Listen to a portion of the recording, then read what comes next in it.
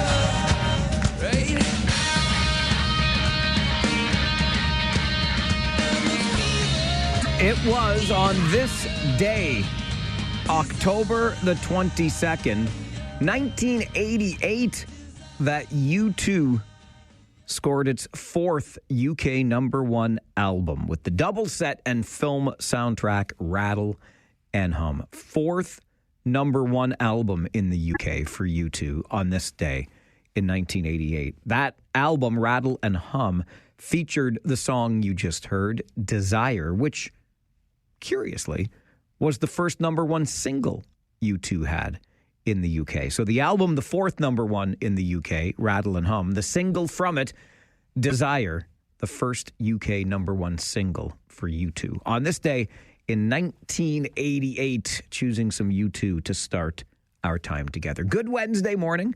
Thank you very much. Stopping by, spending some of your time with us, especially you, Gary. I'm going to get to you in just a minute, Gary Yon. You just hang on patiently, as I know you do every day. But a couple of bits of housekeeping. This would be as I play a song that's not a Blue Jays song to start the show for the first time this week.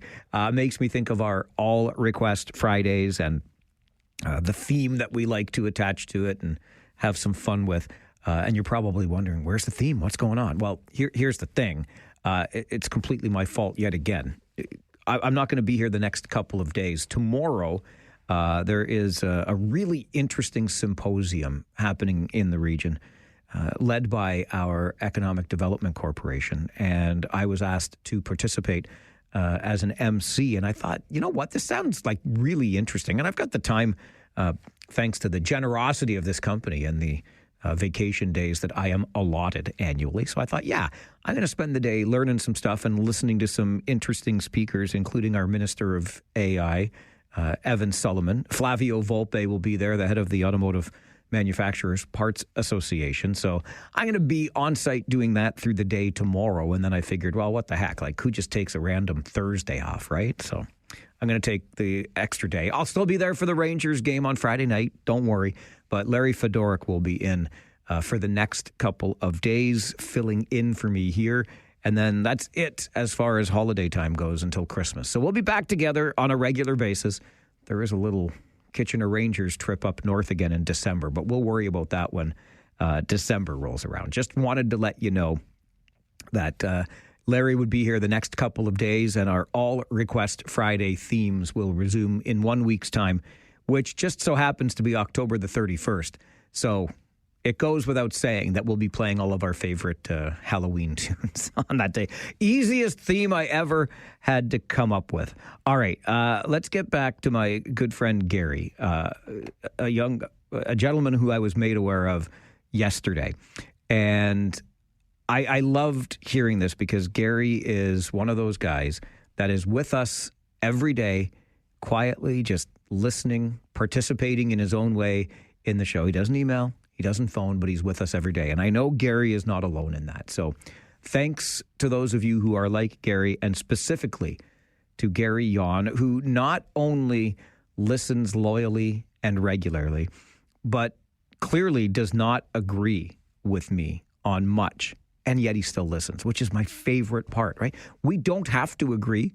We can listen to one another. We can exchange ideas. Among the things that Gary wanted me to know is he likes the fact that Waterloo does not have backyard fires. Hey, Gary, if you're okay with your city council acting like your parent and telling you what you can do in your backyard, that's fine with me, sir. That's fine with me. I'm not as okay with it. It's still, to me, one of the greatest troll jobs we've ever had in this region, where Waterloo Council decided that we could not have backyard fires and then proceeded to invite the entire city to their very own campfire event at Waterloo's Uptown Public Square. Like, that's just great troll job, Waterloo. You can't have a fire, but you can enjoy the fire that we provide for you. My goodness gracious. Anyway, Gary, I'm glad you're happy that they're not allowing fires. And my favorite from Gary, our loyal listener who just tunes in every day and doesn't email, doesn't call. He believes that Vladimir Guerrero Jr. is overpaid, and Vladdy is the reason that Gary's Rogers bill is too high. Gary, get in line. Vladdy's salary is the reason that my salary is too low, because they pay him too much. You know what I'm saying? Anyway, most importantly to Gary Yon and all of our others, because I know you're out there, participants in the show every day, just kind of checking in on things, being a part of it in your own little way. Thank you very much for that, and especially this morning to you, Gary. On the note of Vladdy and the Blue Jays, quick reminder, it is Wednesday morning. Blue Jay Hunter will be here at 11 a.m., and we're going to get you ready for that series with the Los Angeles Dodgers. I'm still trying to wrap my head around that. The World Series is opening in Toronto on Friday night. The Blue Jays in the World Series. It's great. We were informed yesterday. How about this? And I think we kind of knew that this was going to be the case. But the American League Championship Series Game 7 on Sportsnet, the most watched Blue Jays game ever. It averaged 6 million Canadians tuning in to watch the game. The previous high was the 2015 American League Championship Series Game 6, which had an average of 5.1 million viewers. But the audience for Game 7 peaked at around 8.3 million people when Jeff Hoffman struck out Julio Rodriguez for the game's final out. But an average through the game, 6 million Canadians tuning in, peaking at 8.3 million for the final out. It was a big night. It was a very big night. And still with the Blue Jays, I got to share this with you. It's one of those trips down memory lane that you didn't know you needed. My buddy is going through a purging and a cleaning out of his family home, which, man, I can't even imagine what that's like. But that's a whole separate issue because it's been 50 plus years and his dad has now moved on into a congregate community, and the family has sold the house, and my buddy is going through all the stuff. And so he came across some old dishes that had been packed away. And of course, what do we do with old dishes? We pack them in newspapers, right? Get this. This was from November the 5th, 1992 in our then Kitchener-Waterloo record. It's the Waterloo region record now. But on Thursday, November the 5th, 1992. How about this headline? Remember, 1992, when you're thinking about the Blue Jays, you remember that was the year the Blue Jays won their first World Series. In fact, November of 92, not long after the Blue Jays would have won that World Series over the Atlanta Braves. And you may remember that back then, the Blue Jays were kind of like the Yankees. They were accused, the Blue Jays were, of being the team that spent all the money just trying to buy a championship. And the Blue Jays in 1992 had the highest payroll in Major League Baseball at, are you ready, according to the headline in the Kitchener-Waterloo record, in November of 1992, the Blue Jays paid players a record $49 million. $49 million. That was for the entire team in 1992. And it gets even better from there. The Oakland Athletics, which I don't even think we call them the Oakland A's anymore, right? They're just the A's because they're in some sort of transition to a new home. And they are the bottom of the barrel, lowest paid, ownership doesn't seem to care team in baseball. They had the second highest payroll back in 1992.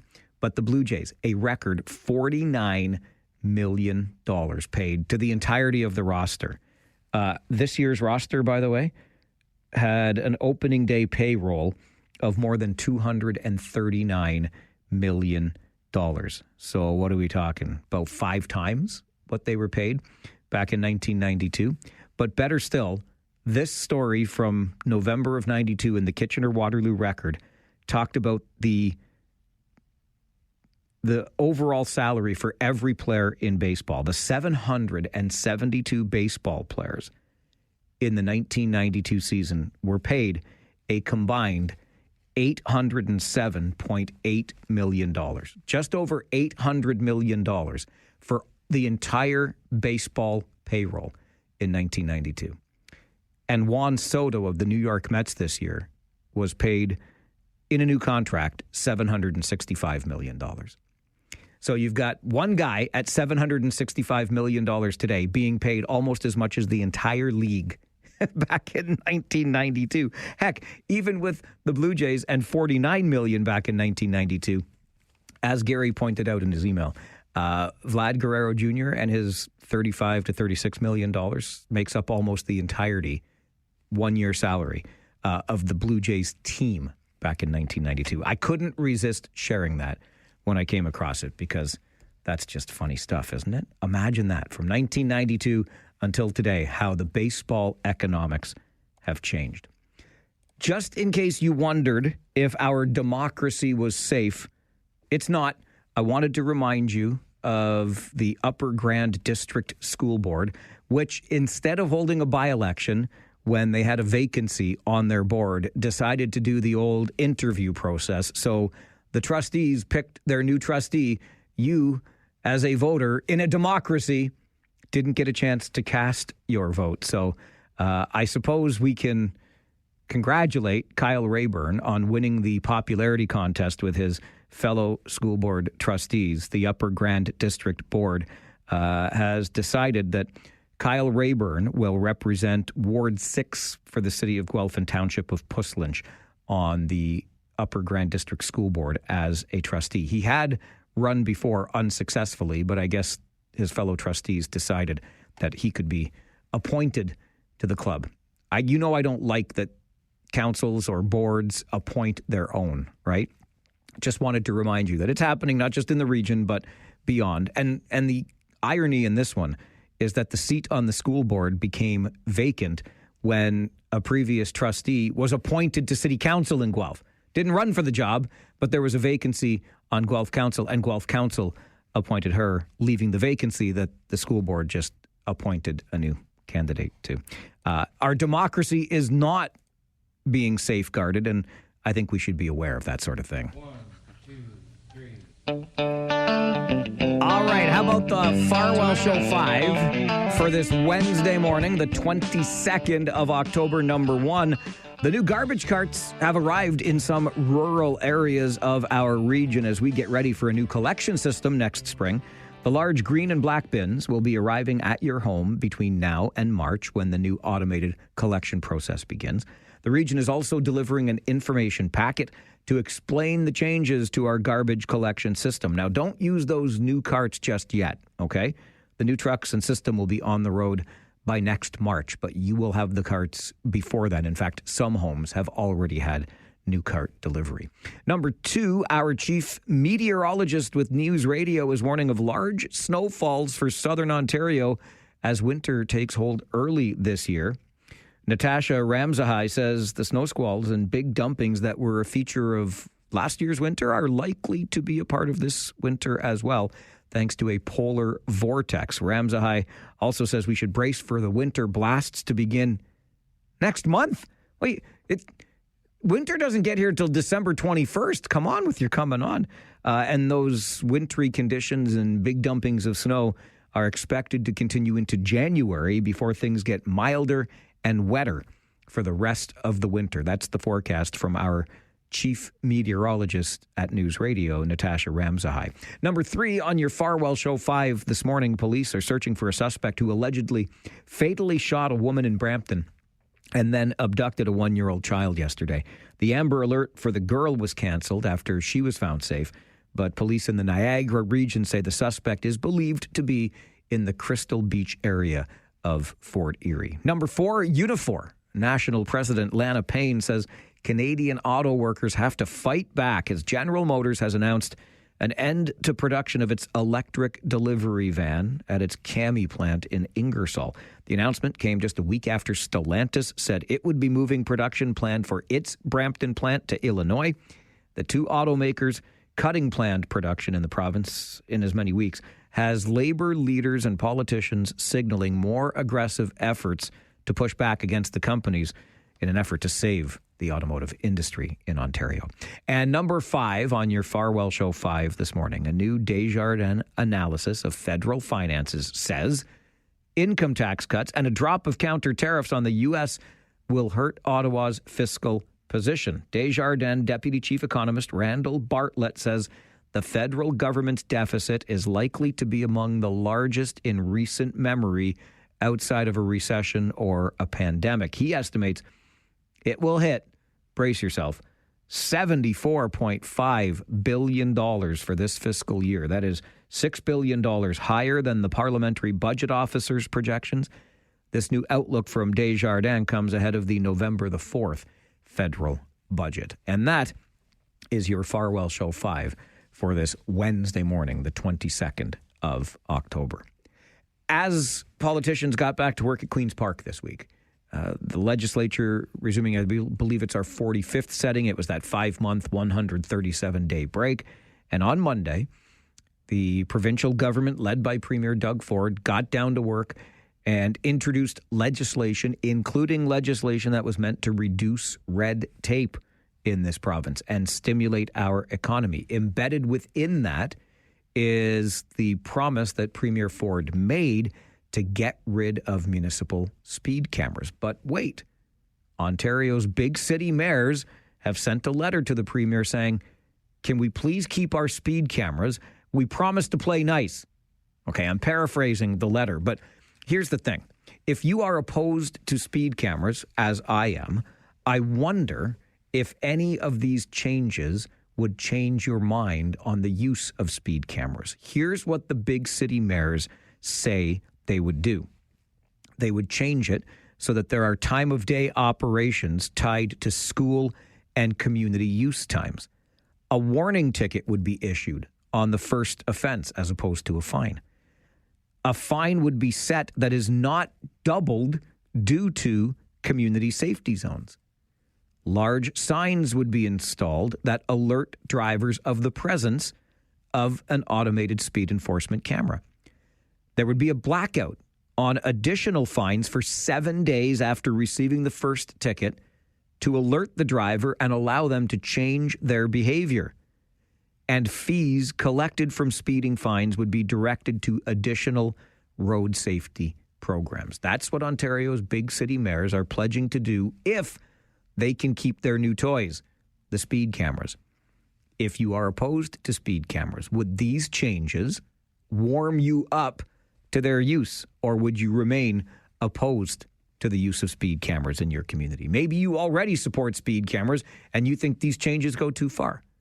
I'm curious as to what you think. Are the big city mayors onto something? Would these changes make speed cameras more acceptable to you in our community? Let me know your thoughts on the Mike Farwell Show. This is 570 News Radio and Rogers TV. Ontario's big city mayors have sent a letter to Premier Doug Ford saying, we want to keep our speed cameras. Please let us keep our speed cameras. And if you let us keep them, we will make the following changes, including adapting the times so that the cameras are only active when schools and community safety is in session or at a premium. We'll not double the fines due to community safety zones. We'll issue a warning the first time. We'll give a 7-day grace period so tickets don't pile up and give you a chance to change your behavior, etc. If these changes are implemented, would it make speed cameras more acceptable to you? Let's go to the phones and find out. Tosin, good morning. Good morning. How are you doing? I'm doing very well, thank you. Are you a first-time caller to our show? Yes, I am. Well, welcome, and thank you very much for calling in. Thank you for having me. Yeah, I just wanted to talk to the changes the big mayors are proposing with regards to the speed cameras. For sure. Yeah, so from what you spoke on earlier, I think those would warm, those changes or those amendments would warm people up, about the speed cameras. Me especially, because I got a speeding ticket during summer in a school zone, and there was no school on at that time. I think it was during July. It was July, and I got a speeding ticket. And my question now is, for those of us who got at that time, do we get a refund if these amendments are being proposed? Unfortunately, so what happens to us? We didn't get any pardon, or we didn't get any time to be corrected. We didn't get any warning ticket. We just got fines. Well, let me speak for myself. I just got a fine. I didn't get any warning. So now that these changes these amendments are being spoken about, so what happens to those of us that paid the fine already? Because I know someone else who got a ticket. Yeah, unfortunately, you still have to pay. And even if you get a ticket today, you still have to pay under the existing rules. Nothing has changed yet. So unfortunately, you're still stuck with it. Wow. So even if at the end of the day, these changes are agreed to, there's no consideration for earlier offenders? Nope, I'm afraid not. I know, it's tough, right? It is. Because there was no warning, and it was during summer. There was no school at that time. I know. And this is one of the big problems. Tosin, I appreciate your call. Thank you. I want to get to some others and hear their thoughts, but this is one of the big problems. What are you giving me a ticket in a school zone for in July when school is not in session? Jim, good morning. Hey, good morning. How are you? Good, thanks. Good. I don't know. In my opinion, I think it has to be standardized if they're going to do it with the speeds, and I think that should be 40. 30 is just insane. You're crawling across the road. And the other thing is they have those radars that give you a screen to tell you how fast you're going. Trying to maintain 30 in a school zone, you're paying more attention to actually your speedometer than you are watching out for children.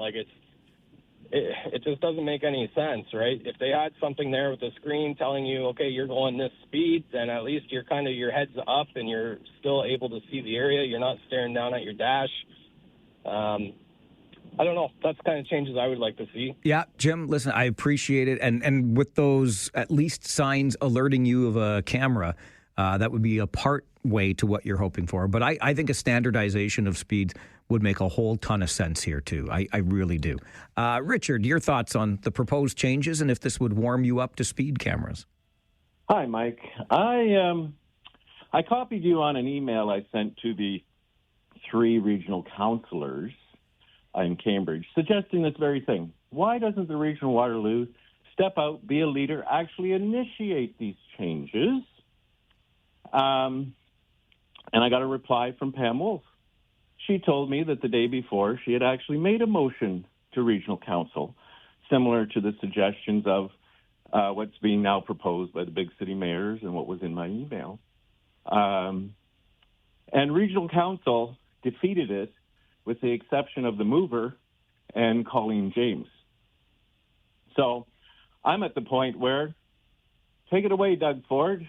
These people obviously have the wrong attitude. They want their cash, and it's at all of our expenses. It's utterly ridiculous. We've already discussed it's not about safety. Never was about safety. It's about cash.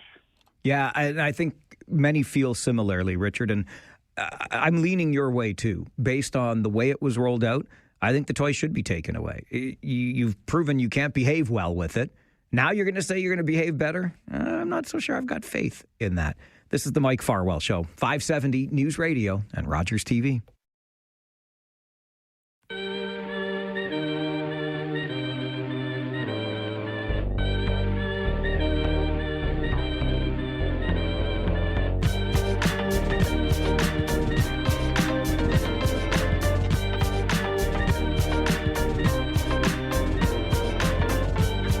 Yesterday afternoon, Kitchener Mayor Barry Verbanovic took the stage at the Centre in the Square, which will factor into what we are talking about this morning, because yesterday afternoon, when the Mayor of Kitchener took to the stage at the Centre in the Square in Kitchener, he was delivering his annual State of the City address. So we'll get our own version of it here this morning as Mayor Verbanovic joins us in studio. Good morning, sir. Nice to see you. Good morning, Mike. And it's always much better to actually come in here in person and see you live than just talking to you over a phone. I'm glad you could make that happen, because I had a similar conversation with an in-studio guest earlier this week. And just to pull back the curtain a little bit, in all honesty, I felt like it was less of a commitment or less of an ask on our part when we were in downtown Kitchener at King and Water. It just felt, I don't know, like I wasn't asking people to come out here to the northwest edge of Kitchener to join us in studio. It's okay. I'm still on the right side of the border, You so are. we're good. So we're good. The Waterloo sign is a little bit over my right shoulder here. So, yes, we're on the Kitchener side. Let's get into, and I'll start with what you're wearing, because you've got your red Kitchener Support Local sweatshirt on, which was a focus of the State of the City yesterday. How do we do this? How do we embrace supporting local in the city? Absolutely. And that really was a big part of the speech, as you pointed out, and something that really has grown in response to the situation that we're dealing with our friends to the south, and I still use the word friends because, quite frankly, we all have many people that we consider friends down there. And while we may have a disagreement government to government right now, I know there's lots of people that care for us and that we care for down there as well. But having said that, the reality is, we've got economic challenges that are facing the community before that. And I think that's really reunited or brought back a sense of Canadian patriotism and passion, unlike we've seen in a long time. It's probably fair to say the Blue Jays are helping with that at the moment as well. Right now, something we were just talking about a few moments ago.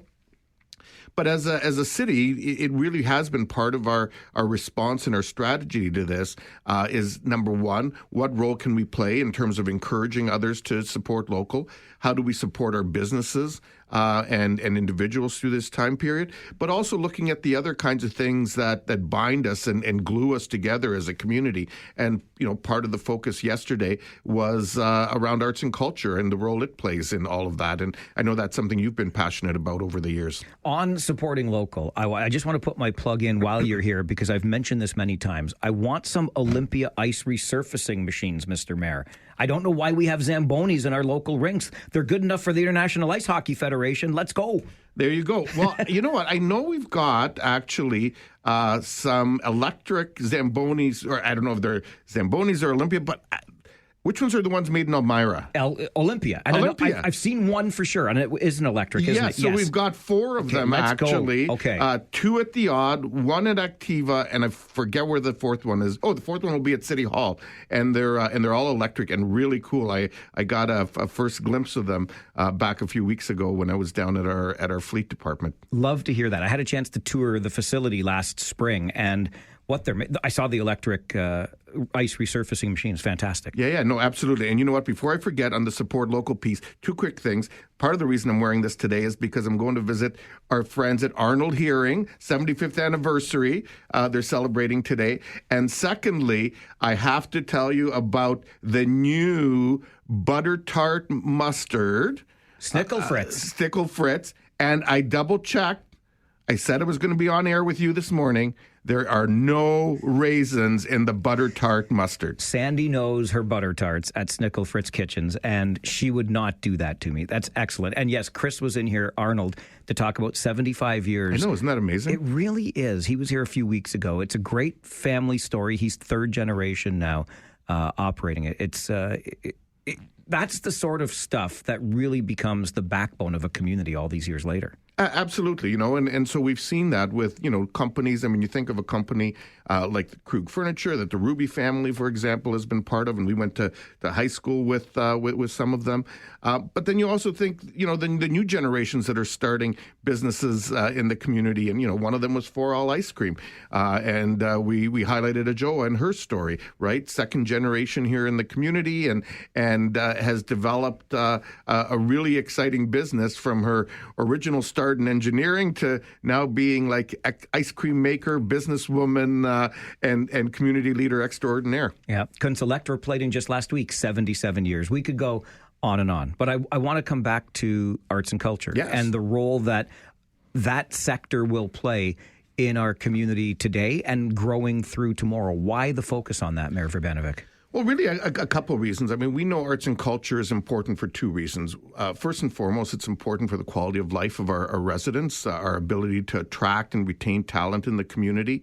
And obviously, everything it does from that perspective to create a sense of belonging, to celebrate our diversity, and really create connectedness, which coming out of COVID, we know has been a real journey, and particularly one that, we often hear young people continue to struggle with. And, you get into this whole notion of third spaces and all that kind of thing that folks have talked about. But the other one, obviously, is the role that it plays from an economic perspective.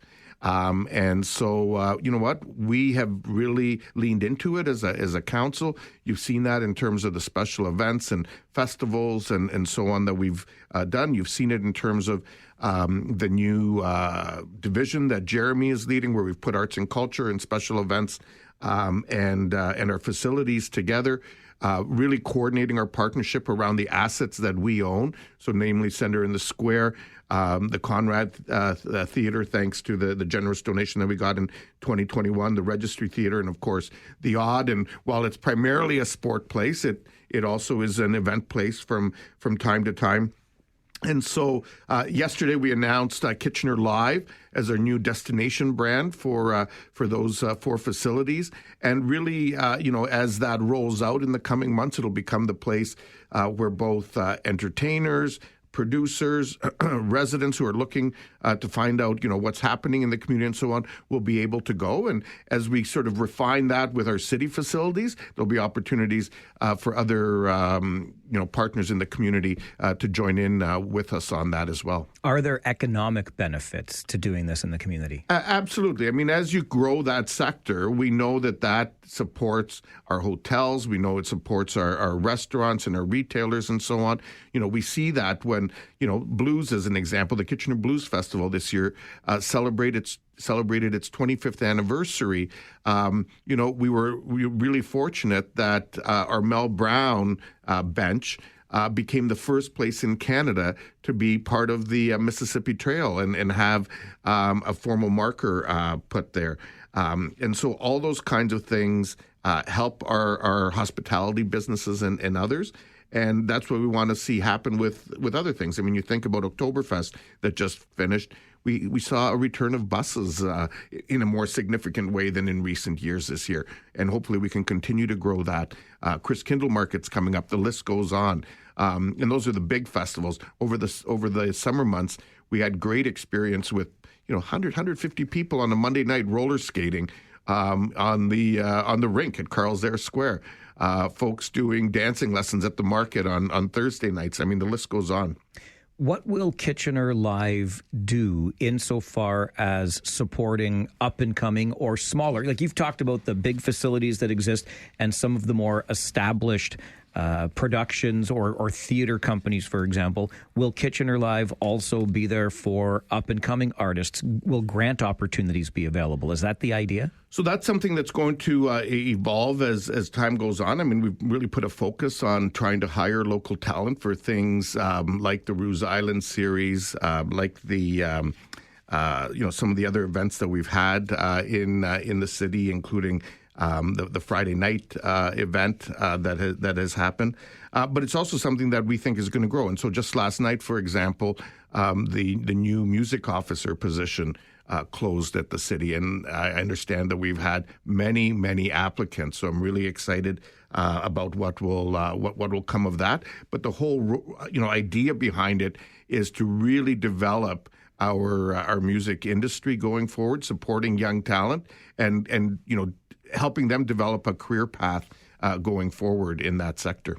There's no doubt, Mayor Verbanovic, that municipalities have their challenges today. You and I have talked before about the need for a new fiscal arrangement, and that's not anything new to anybody who's following local politics and local government. There's a tremendous strain on local budgets, and we need to figure out something with the province to get more funding flowing down from Queen's Park. But in spite of all of those challenges, when you deliver a state of the city, it's an optimistic outlook. It's talking about things like Kitchener Live and the investments in arts and culture. What is it that inspires you and gives you optimism for the state of our community today? Mike, what I would say to you is, listen, we know that these have been challenging times. The pandemic happened. That was a real setback for everyone in so many ways. I mean, we certainly did see some real positive moments in terms of how the community came together, the resilience that we have. But as it went on, and people were feeling the impacts, and people got more polarized in their views, that certainly created challenges. As we came out of it, we started trying to turn things around, and then you have some of the geopolitical realities that the world is facing, and we're not immune to those. Some of the economic realities, and now the situation with the United States, and so those have been challenges. But what I've been really encouraged about has been the resilience of people in our community, how they've come together, and we continue to see great stories of that.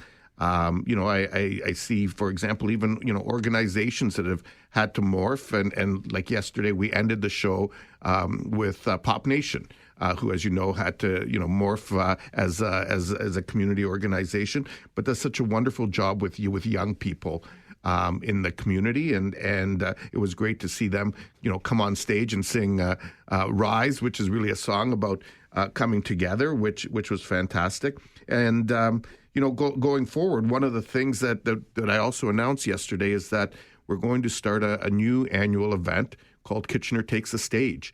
And that'll take place annually in the spring. It'll be at Centre in the Square. It's a partnership between Kitchener Live, the Centre, and the Office of Mayor and Council. And it'll really be to highlight some of these great arts and culture stories that are happening in the community, and some of the talent that exists in the community, a real annual celebration going forward. And we're excited about that. So I'll hopefully be back early in 2026 if you'll have me on to share a little bit about that as well. We always enjoy the conversations with you, and you are welcome anytime. Appreciate you making the time for the show this morning. Thanks for being here. Always a pleasure. Thanks so much, Mike. Kitchener Mayor Barry Verbanovic, following his State of the City address yesterday afternoon, joining us in studio on the Mike Farwell Show this morning. This is 570 News Radio and Rogers TV. What I've been really encouraged about has been the resilience of people in our community, how they've come together, and we continue to see great stories of that.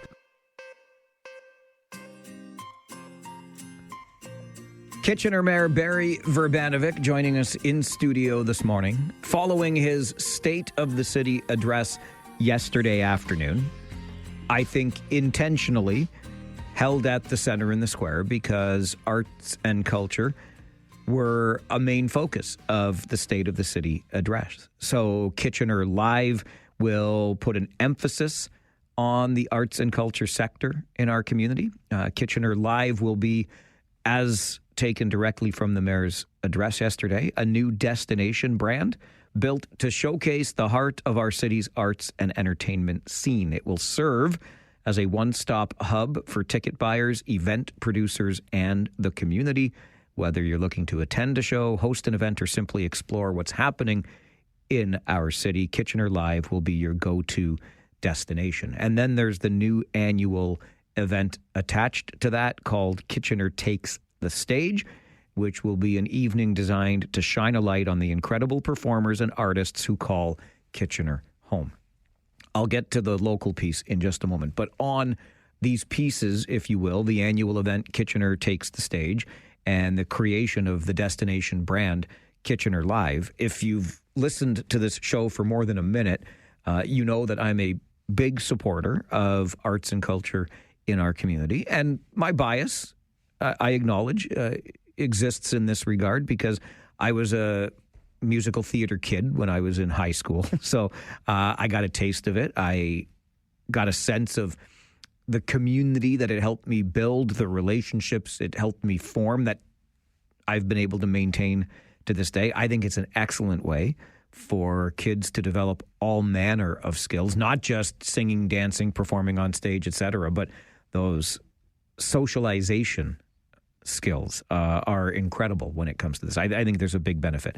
And then I've said on more than one occasion, particularly after listening to one of our soloists belt out a rendition of the national anthem at a Kitchener Rangers game. I mean, we have We have an absolute ton of talent in this community, and we can trace the history of that talent as well, with many of the big names that got their start right here in the city of Kitchener. So I love the emphasis on that and the desire to shine a spotlight on it. I think there are many wins for the city in that. And I say this acknowledging that we are in trying times, and I am more often than not that meat and potatoes guy, right? I want us to focus on the meat and potatoes in our communities to ensure that we've got streets that we can get around on, a trail system that is useful to us, transit that runs on time and serves us as well as it can, et cetera. And of course, we do all of this by keeping our property taxes at a reasonable rate.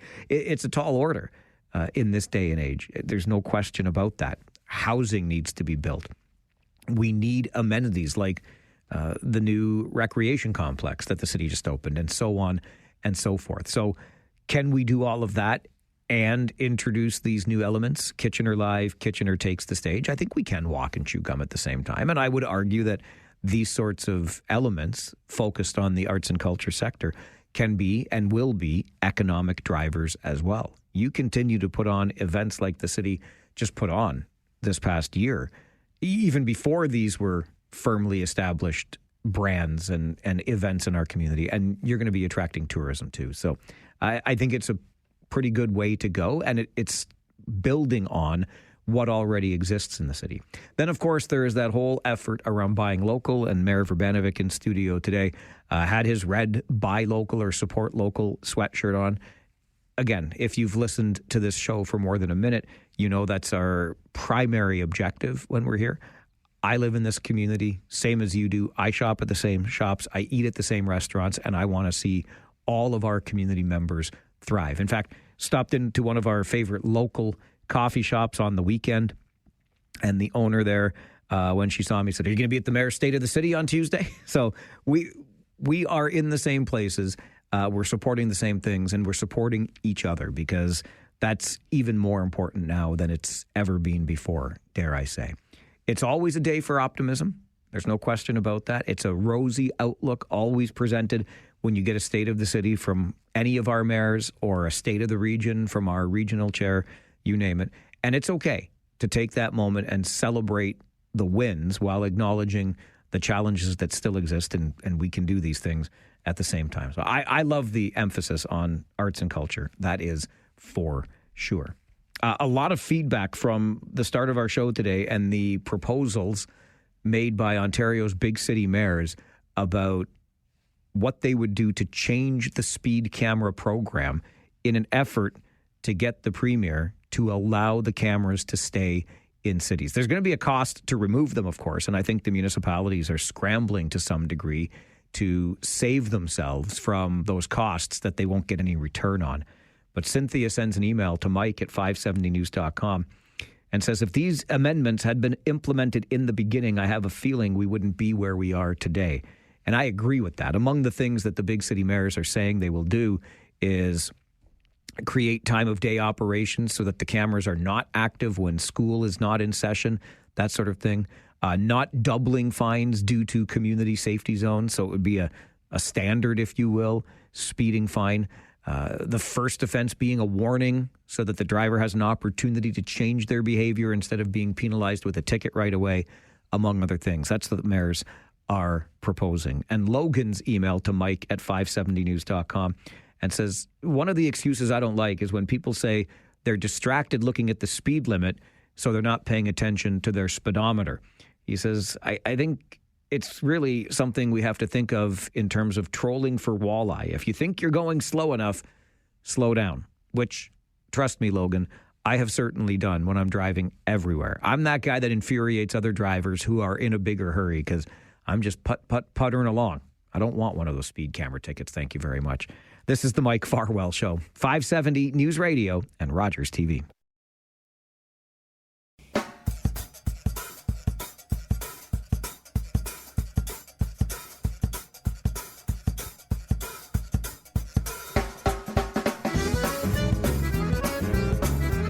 Wednesday morning at this time, we check in with our friends at the Blacklocks Reporter, which is the only reporter-owned and operated newsroom that covers the Capitol without politics or punditry. It's all original content that you'll find online at blacklocks.ca.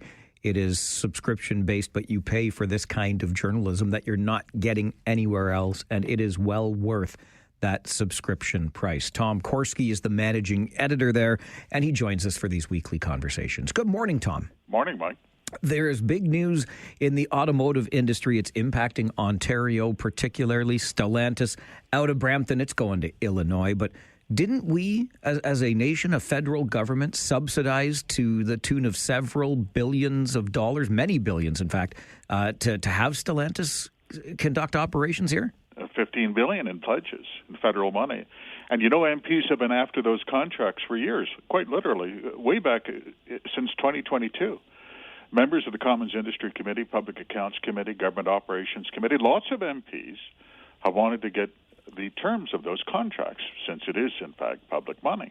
And you'll never guess what happened. They finally got it. Only now, MPs on the Government Operations Committee, Conservative and Bloc members, got enough votes, a majority, to override objections from Cabinet to see those contracts. And you know what they're looking for is the commitments on jobs. This sounds unbelievable, but it is true. Only a year ago, there were members of the Industry Committee who voted against an investigation to see if there was any ban in the contract against labor, because that happened. They said, are you kidding me that you would literally charge taxpayers to take jobs from Canadians, give it to foreign workers in the name of, climate change electric car mandates? And now they're finally going to get those contracts. It's going to be interesting, but that's a box of fireworks, though. Cabinet has really gone on to the wall to block that disclosure, Mike. Suspecting perhaps, Tom, that there weren't any assurances of jobs or that Stellantis would even stay? That's the Cabinet and successive ministers signed literally whatever was put in front of them, that it was like playing three-card Monte with these multinationals, and Cabinet gave away the barn. They $15 billion. Why wouldn't you make that contract public? Why wouldn't you tell the world? Look at the deal we got. But we know this Cabinet does have a fetish about secrecy. You know, the pandemic is not ancient history. Do you know Canada was the only G7 country that wouldn't disclose how much we paid for vaccines? Albania disclosed what it paid Pfizer for vaccines. This government wouldn't do it. Secrecy is a very good word. It goes hand in hand with the Cabinet of late. And we have to remember, we talk about these big numbers. I think people get numb to them, Tom. It's our money.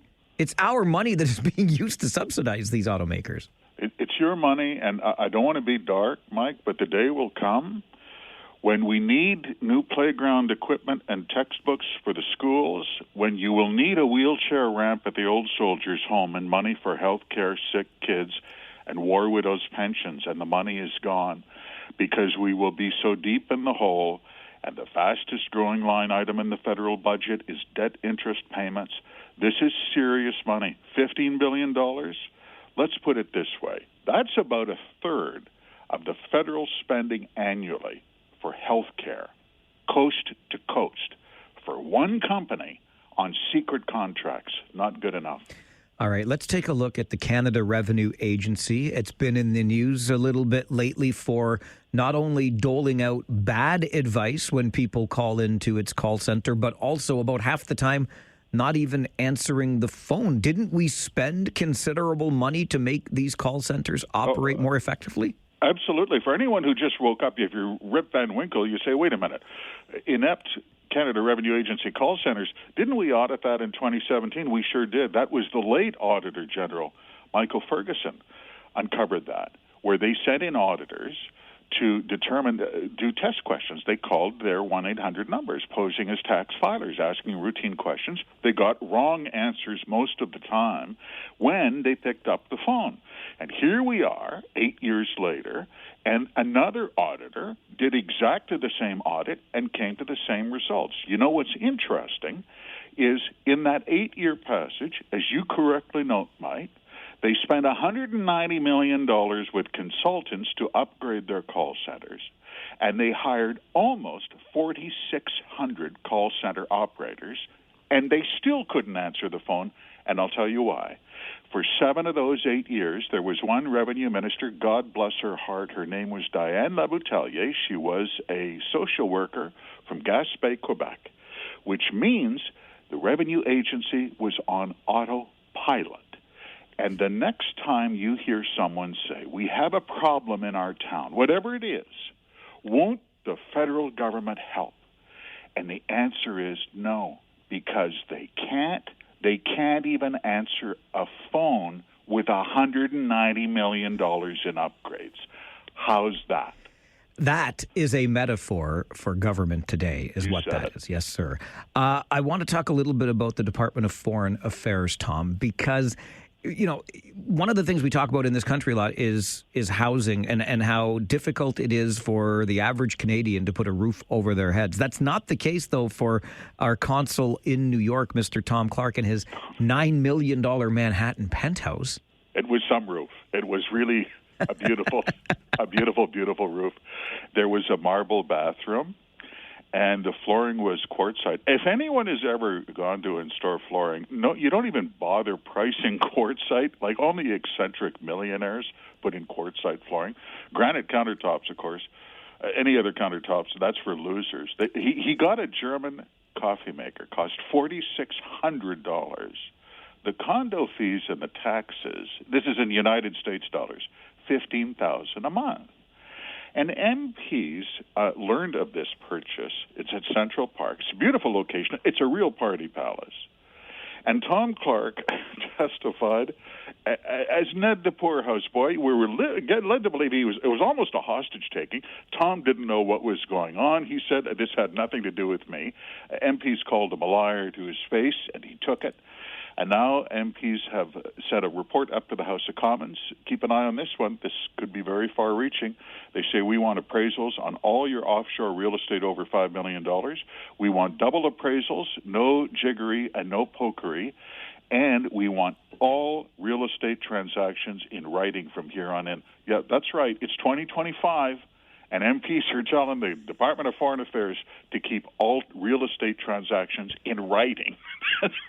We're reaching for the stars, Mike. No, but, I'm glad you said what was on my mind. Let's keep our eyes on this one, because this is the stuff you do at the Blacklocks Reporter that keeps us informed. And you can bet, Tom, I'll be keeping my eyes on this one. One more I want to touch on with you before I let you go today, and that is a challenge to our federal Mother Corp broadcaster, the CBC, that is being accused of some anti-conservative bias. Say it ain't so from the Mother Corp, Tom. And the call is coming from inside the House. That's the best part. This is Senator Andrew Cardozo. If you're a Toronto Star reader, you might recall he used to write the odd column for the Star, and he's a long-time Liberal Party organizer in the Greater Toronto area, now a senator. And Senator Cardozo, who's a huge fan of the CBC, just asked him, of all people, went to the Senate Transport Communications Committee, and he said, I have a problem with bias with CBC reporters under the guise of fact-checking. He said, you like to fact-check conservative members more than liberal members. What did he say? Consistently and quite aggressively, and to quote, either you fact-check everybody or you don't. Well, CBC executives who were testifying were aghast. Say it ain't so. I can't believe what I'm hearing. Bias under the guise of fact-checking in our newsroom? It's inconceivable. But when the call's coming from inside the House, they're running short on friends, Mike. They could use some friends, quite desperately.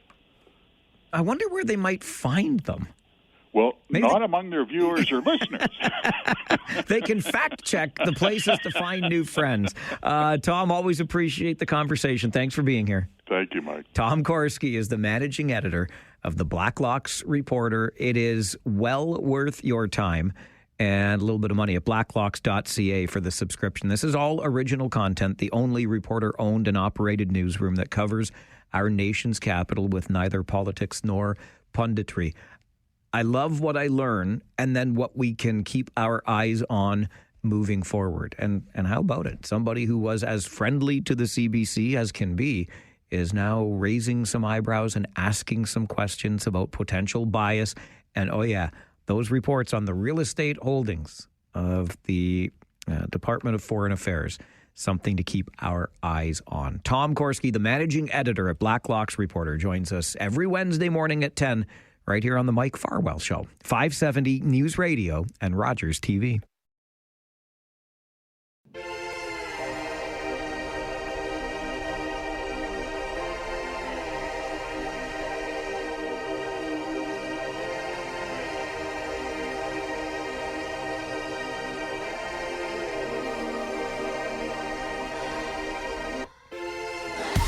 It is an exciting time to be a sports fan, and even just casually, my goodness gracious, with all of the things going on, including the Raptors opening their season tonight. The NHL is well underway. We've got a Kitchener Rangers hockey club here in the city that has very high expectations this year as it tries to secure a championship, as well as the right to host the Memorial Cup Championship next year. And oh yeah, by the way, those Toronto Blue Jays are making waves. The Kitchener Rangers, though, not the only local team that's generating some buzz. Eric Boissonneau is the VP and Director of Operations with the Cambridge RedHawks, joins us for a chat this morning. Good morning, Eric. Good morning. How are you? Well, I'm fine, thank you. But how are you? You got that like 13-0 feeling, or what? Man, does that feel good? Hell of a start. The boys are bought in, and obviously the coaching staff's doing their job and everything they can to make this happen. Never would have predicted it, but I'm glad it's happening. It is a franchise record 13-0 start for the RedHawks. What would you say is behind this torrid start, Eric? Player dedication, I think, is the most the thing that stands out the most. From the start, the players have bought into what the coaches and the organization have wanted to build. The friendships in the change room, the work ethic, the time they put in to develop, it's all coming together, and it's evident on the ice and in the record. You know, you talk about what the organization wanted to build, and you and I have talked before about what it exactly is that you're building there with the Cambridge RedHawks. And it starts first and foremost with the culture. I know that, but you've got a high-profile head coach by the name of Todd Bertuzzi, who many know. Former Kitchener Ranger Nick Spaulding is on that coaching staff. What is it that you're trying to put in place here with this RedHawks organization? Well, you're right. Culture is at the heart of it. But, I mean, if we break that down, we want players to want to give us their best, to have that work ethic on their own, both on the ice, off the ice, at work, at school, at home. The relationships that they build now, these kids may not realize it, but they become friends for life if it's a good culture in the change room. I mean, a perfect example in that is the coaching staff. Mike Rusk and Todd Bertuzzi played together in Guelph. And when we hired Todd, Mike was his first phone call to come and coach with him. These are relationships that happen at the junior age. And here they are showing the group that it's real. I wanted to talk about one player specifically too, Eric, because Kitchener Rangers fans would know him well. Alex Forrest got a call up, if you will, on the weekend to play against, of all teams, the London Knights, and didn't look out of place at all. But I look at his numbers with your club in Cambridge, and how about 21 points in 12 games, 9 goals, 12 assists through just 12 games. What can you tell us about this kid and how he is developing as a young man and a hockey player? Well, I'd like to take credit for all of it, but I can't take credit for any of it. Alex came in talented. It's oozing out of him. And I think all that he needed is the opportunity to go do it and put him on the ice with some good players. And that's what you're seeing. Bert's pretty much given him free rein. Go do what you think, but take responsibility for your actions. If it doesn't go well, you got to cover it up. You got to come back. You got to fix your mistake. And he's bought into that. So between the two of them, it's working out really, really well. and we're going to see that benefit for years to come with the Rangers. And on a side note, I want to point out that he got an assist in the game Sunday from a former Red Hawk who was Schneider. Caden Schneider's first Ontario Hockey League goal, you're right, developed with the RedHawks last year. Forrest picking up his first OHL point on that same goal. And it makes me think, Eric, about the formal relationship now between the OHL and the GOHL, where the RedHawks play, where you're developing Alex Forrest. How much collaboration is there between the RedHawks organization and the Rangers organization, since a player like Alex Forrest is property of the Rangers in the OHL? Yeah, this started even before the relationship between the two leagues. I mean, Todd Hoffman, who's our director of hockey ops, and Mike McKenzie, they talk all the time about players and what the Rangers want to see and how we can help them. And I think that's why they keep trusting us to put high-end players like Weston Cameron, like Schneider, like Alex. They keep trusting us to help develop that first year to get them ready for the next season. But, I mean, at a league level, man, is that cool. Like, the OHL needs places for their players to develop. They don't always come ready at 16 years old. And this means we can help the biggest league in Ontario. It's fantastic.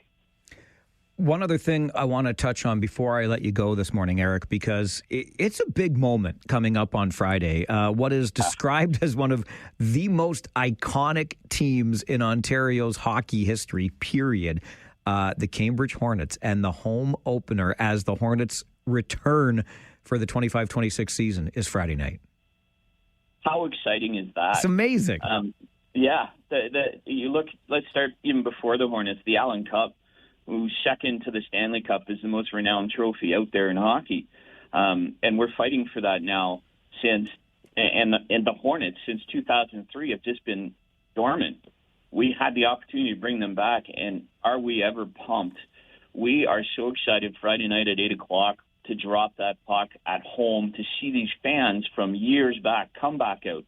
The amount of times that I'm just walking down the road in Cambridge and people are stopping me because I'm wearing my Hornets hat and my Hornets jacket, thanking me for bringing them back. And I know my partners are getting the same treatment. We are so excited. And I'll tell you, we didn't take it easy. We put a team together that we believe is going to compete and compete hard, because the Allen Cup's in Newfoundland this year, and I'd love to take a trip. You have put together a team that's ready to compete and compete hard, including the head coach with your Cambridge RedHawks organization, Todd Bertuzzi. Yeah, Todd has committed to play. Unfortunately, he's injured right now, so we're not going to see him Friday. And he's got to coach a game for the RedHawks, but he's just as excited as the rest of us. But even if you look beyond Todd at the roster, the amount of kids that came out of Cambridge that we brought back, I mean, last time we spoke about Nate Harrington, who you know quite well, was a Hornets last time they played in the league. And here he is making his comeback Friday. I think the RedHawks have kind of set the bar for the Hornets now, Eric. There's something to live up to for those senior players.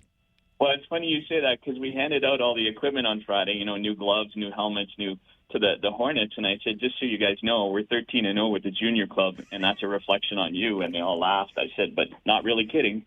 I love it. You got to set the bar, and the RedHawks are certainly doing that. And kudos to you and your partners, Eric, for bringing the Hornets back into the pursuit for the Allen Cup, because this is a really important part of, and I'll say, Galt hockey history. I know Cambridge more generally, but this is what it's all about. So kudos to all of you, and I wish you the best of luck with the season ahead. Yeah, I really appreciate that, and all the support you've given us for both clubs and everything we're trying to achieve. And at the same time, we'd like to thank all of Cambridge, because they made this possible, right? Keep it up, Eric, and I'm sure we'll talk again soon. Absolutely. Thanks for the time. Anytime at all. Be well. Bye-bye. Bye. Eric Boissonneau, VP and Director of Operations with the Cambridge RedHawks, off to a record-setting 13-0 start.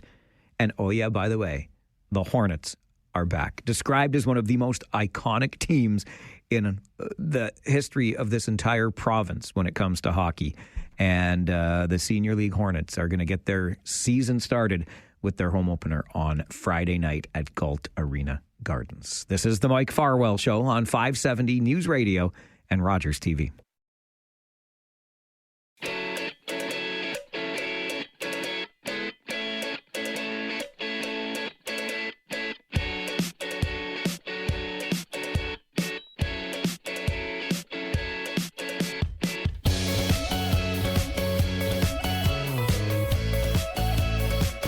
I was asked recently to share memories of going to the Kitchener Memorial Auditorium in years gone by. I've been going since I was a kid, of course, much like many of you have. The building is now coming up on its 75th birthday, and she looks as good as she ever has. But one of the memories I had was going down to this little hallway, which used to be in behind the ticket windows when you entered off East Avenue. And in that little hallway, I remember the wooden floor so well. That's where I would go and buy my dad his Rangers booster tickets. That's what the draw was, the 50-50 draw, if you will, way back in the day. It was the Rangers Booster Club. I bring that up because the 50-50 or the Booster Club tickets have been a part of a Kitchener Rangers game day experience for as long as I can remember. And Craig Campbell, as the executive director of Rangers Reach, is responsible for our 50-50 enjoyment today. And he joins me in studio this morning. Good to see you, bud. Good to see you. It's funny you talk about remembering going to the rink. I, too, as a youngster, would go to the rink, often with my dad because he was working as a reporter. And holy, I know that hallway that you're talking about. Yeah. It's not there anymore. No, it is not. There's a lot of things that aren't there anymore. Yellow benches, green seats. Like, could you imagine having a green seat in our building today? That wouldn't go over well. It would not at all. Yeah.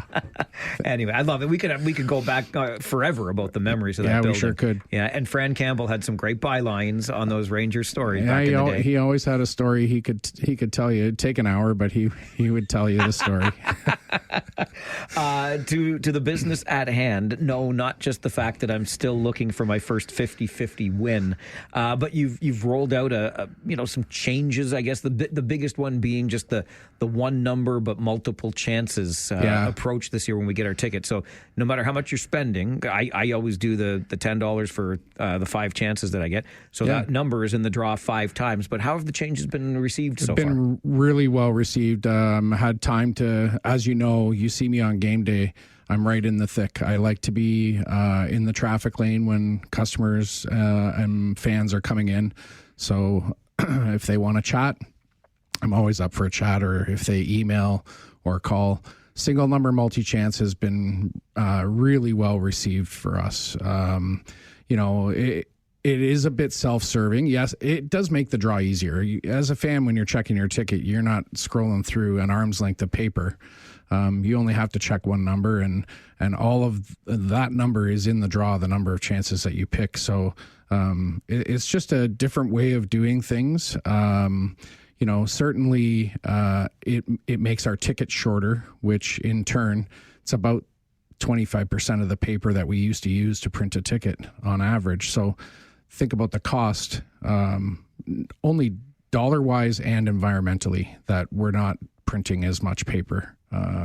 So those are good things for us, and we're excited. They've been received well. And, we had, it's interesting. People say, well, how do I know my numbers in there? Well, we had an instance a few weeks back on our jersey raffle for the game-worn jersey, which also uses single number multi-chance, and the same number won the game-worn jersey and the consolation prize on the draw night. So it does validate that, we were a little bit like taken aback, but because it's a rarity that you'd ever see that just because of odds. But the fact that, that validates, your number's in there, and your 50 chances were in there, and 2 of those 50 chances won both prizes, which is great. It was a great story for us, and we're all about stories. We love telling the story about our successes and what we're doing in the community with our successes, but also with our buyers and winners. We have a story that we're going to share in the coming weeks about September's Super September winner and his $40,250 prize. And it's an absolute heartwarming story about what that prize is going to do. So it's not all about us. We've inspired somebody because of what we do at Rangers Reach, for them to take a step and do something because they were successful in won a great prize. I love that. I can't wait to hear that story. And the story about winning the jersey and the consolation prize. Fantastic. Single number, multi-chances right there. Yeah. All right. You talk about, and this is important. And by the way, speaking of Super September, don't worry. Craig's got something to share. It's called the Fall Mega Jackpot. I'll tell you that much right now. We'll get into it in a moment. But the community impact, and this is something that's so important to remember. And as much as I bitch and moan, because that's what I do for a living, about never winning, I never have a problem. Don Cameron taught me this, Craig, and it was something that I followed with Don and will continue to follow forever. We'd go to every rink and we'd always buy 50-50, except when we went to the States. But he said, listen, we have the privilege of working in hockey. We get paid to be at the game. And so when the kids are selling 50-50 tickets in whatever city that we're in, it's usually for minor sports. He said, you're working in sports, you give back to sports with your $5 or $10, whatever it happens to be. So I'm happy to do that, especially in my community, because Rangers Reach is able to use this now, these 50-50 proceeds, to benefit our community. Yeah, and we've had I'll be honest with you, a lot of fun making sure that we are supporting community organizations from the big dollar investments with some longtime partners to those community impact grants that are currently under review by our grant committee. I can tell you we had a record number of applications for community impact grants, and our budgeted allotment for those community grants was $100,000, and we received well over twice that in asks. So it does make it, it's a challenge. You have to go through and kind of look at those applications and say, what are the, where's the best fit for us? And where do we get the most impact? Well, how can we affect our community with the most impact in the dollars that we're going to award? When I think about buying these tickets in other arenas, I think about the experience of buying a ticket in Kitchener. And I'm not trying to blow smoke because you're sitting across the studio from me.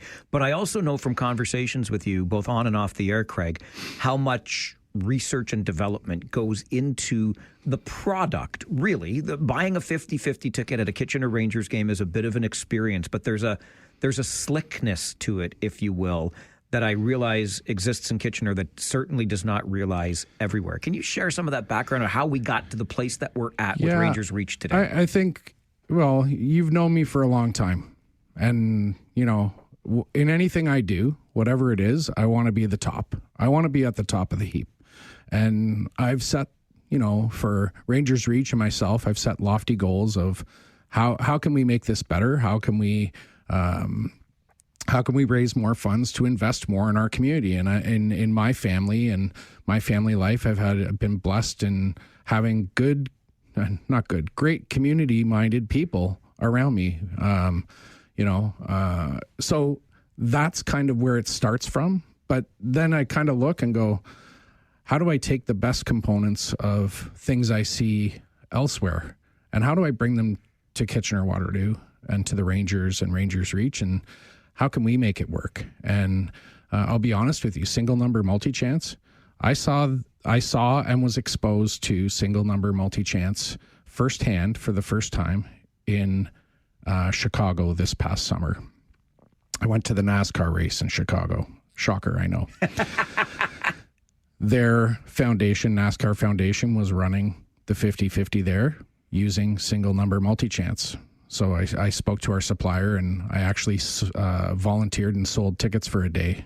And I took the information I learned from buyers at that event, questions that we received, to kind of put it together and go, we could do this. So that expanded the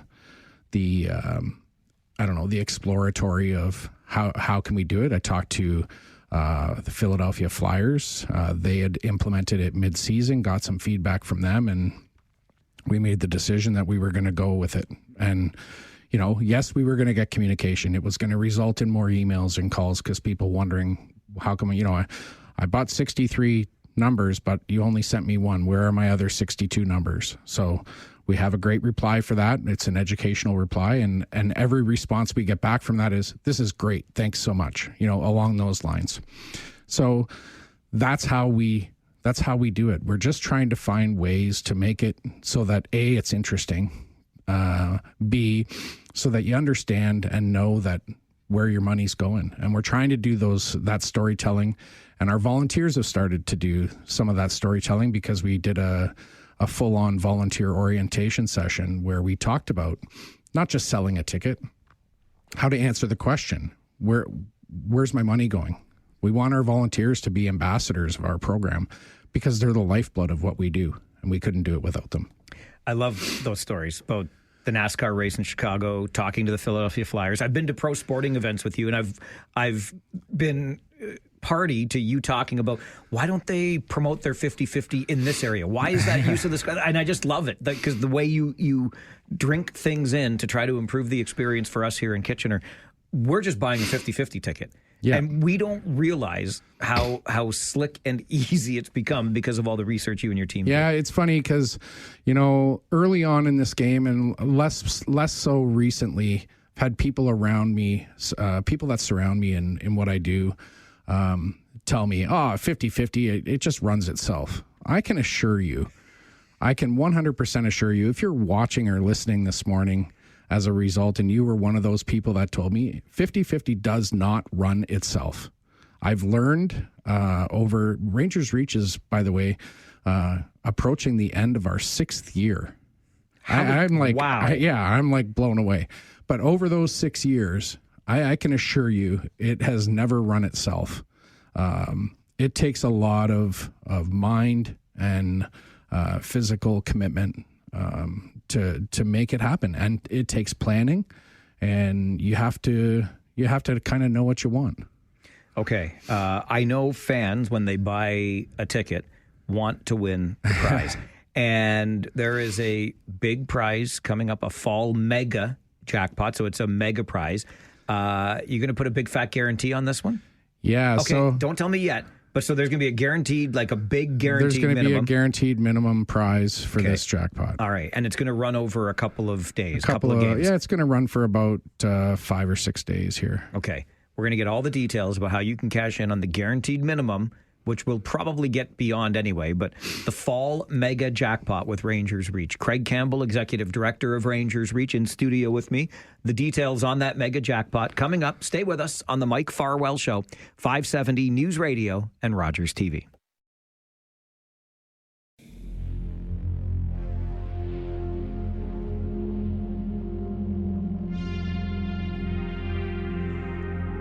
We are in studio this morning with Craig Campbell. He is the Executive Director of Rangers Reach. You know Rangers Reach as the foundational arm of the Kitchener Rangers that runs our 50-50 raffles.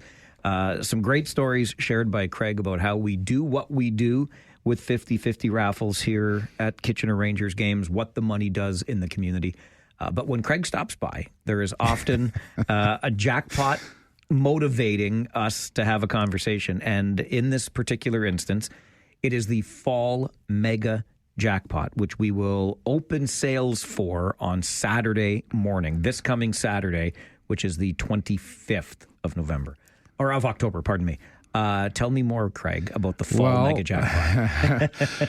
As you know, our raffles are regulated by the AGCO, Alcohol and Gaming Commission of Ontario. And so I will lead with the premise that I'm 50-50, pardon the pun, that I'm going to have the approval for this by Friday so that we can kick it off on Saturday. It is still in front of them.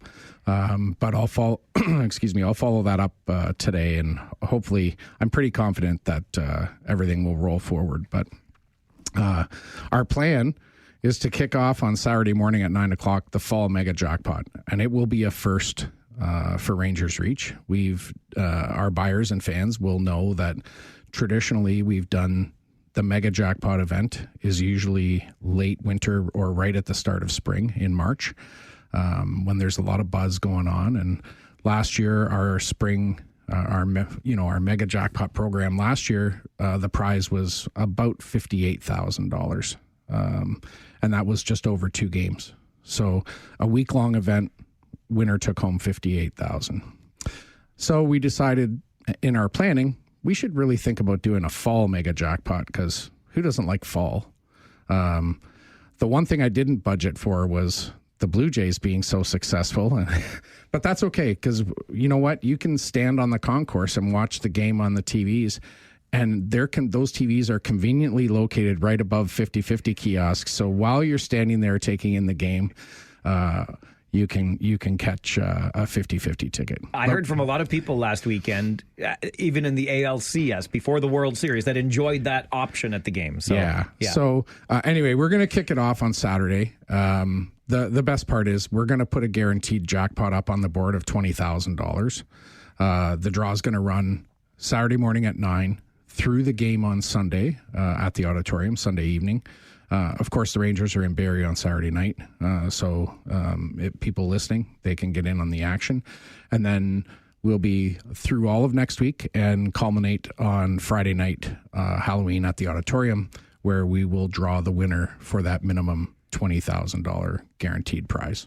Next Friday. That draw is 9:30 now on game nights, right? 9:15 on game nights. Yeah, okay. Actually, it was 9:30, and then I actually spent some time on the concourse and talked to a few fans late game, and they really like the fact that we're trying to leave the draw open a little bit longer in the third, and that was dictated by the AGCO that we had to declare a draw time in our license. So we had originally chose 9:30 thinking it would be close to the end of the game, and then our screens in venue, as soon as the number is drawn, they populate the winning number on the screen. But we found a couple games were close, cutting it close, and we really did want to make sure that we got the numbers out to the fans and get it up on the video board if possible. So we moved it back to 9:15. We made a change and AGCO approved it, and so now we do the draws. Sales close at 9:15, and then we do the draw. It usually takes a couple minutes for things to clear through, and then we hit the button, draw the numbers. So that Fall Mega Jackpot, which will open on Saturday, will take us through the Sunday game versus Brampton. North Basintown, the Battalion. Yeah. I'm getting the wrong, So North Basintown on Sunday, you can get your tickets there. And then the following Friday, the 31st, the Halloween game, when the Sudbury Wolves are in town, that's when the final draw will be made. But you can buy your tickets through that game. And as you mentioned, Craig, thanks to online sales, this runs as we're speaking on Saturday, Rangers5050.com, and right through the week as well. Yeah, and we'd really love for you to buy your ticket early and get in, because, again, we want to run those incentive prizes, the early bird prizes. We're actually going to run 2 early bird prizes on Sunday. A very popular one is the Sweet Night at a game for 14 people, up to 14 people, and 2 VIP parking passes. Plus, we're going to throw in a $500 food and beverage credit for you. Amazing. Come and enjoy a game. So that's the first consolation or early bird prize on Sunday. It'll be drawn at the start of the third period. And then as well on Sunday, we're going to give away an early bird prize of $3,000. Whoa. So double dipping on Sunday. I love it. So we're going to give out some cash and a sweet night. And so the Mega Jackpot will have a guarantee of $20,000. Correct. And then on Friday next week at 4 p.m., I believe it's 4 p.m., we're going to have our Rangers VIP experience again. We've kind of modified it a little bit. We have a special jersey that's fully team autographed. You won't be able there. It will be one of a kind. There will be no others like this ever. So that's a part of the VIP experience as well. 4 awesome seats to a game, including a VIP parking pass. Maybe we'll throw in a $200 gift card to the Keg so you can have dinner before you come to that game or the next day. And on top of that, we've arranged with Joe Birch, COO at the Rangers, and myself, a private tour of the facility and all the new updates for the winner and up to 3 guests. So that's to buy your ticket before the game. Get in at before 4 o'clock on Friday. All the tickets are entered for that draw. And then, of course, we'll do our standard jackpot draw and $200 Keg gift card for the Keg Waterloo on Friday at 9:15. All right. It's the Fall Mega Jackpot sales opening Saturday. Rangers5050.com. Great early bird opportunities, including that one-of-a-kind Rangers VIP experience. Love the work that you're doing, Craig. Keep it up, and thanks for being here. Thanks. I'm going to say one more thing. You can also make it really easy. I know you gave the website. Just get on your cell phone. Everyone is pretty fancy. Text WIN to 95050, 95050. Text the word WIN.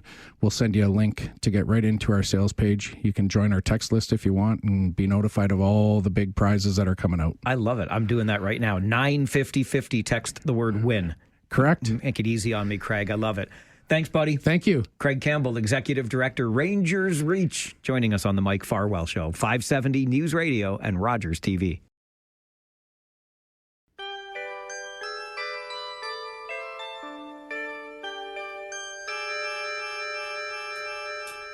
The Whiz Kids had won it, Bobby Thompson had done it, and Yogi read the comics all the while. Rock and roll was being born, marijuana we would scorn. So down on the corner the national pastime went on trial. We're talking baseball, Klazuski, Campanella, talking baseball. The man and Bobby Fella, the Scooter, the Barber and the Nuke. They knew them all from Boston to Dubuque, especially Willie, Mickey and the Duke.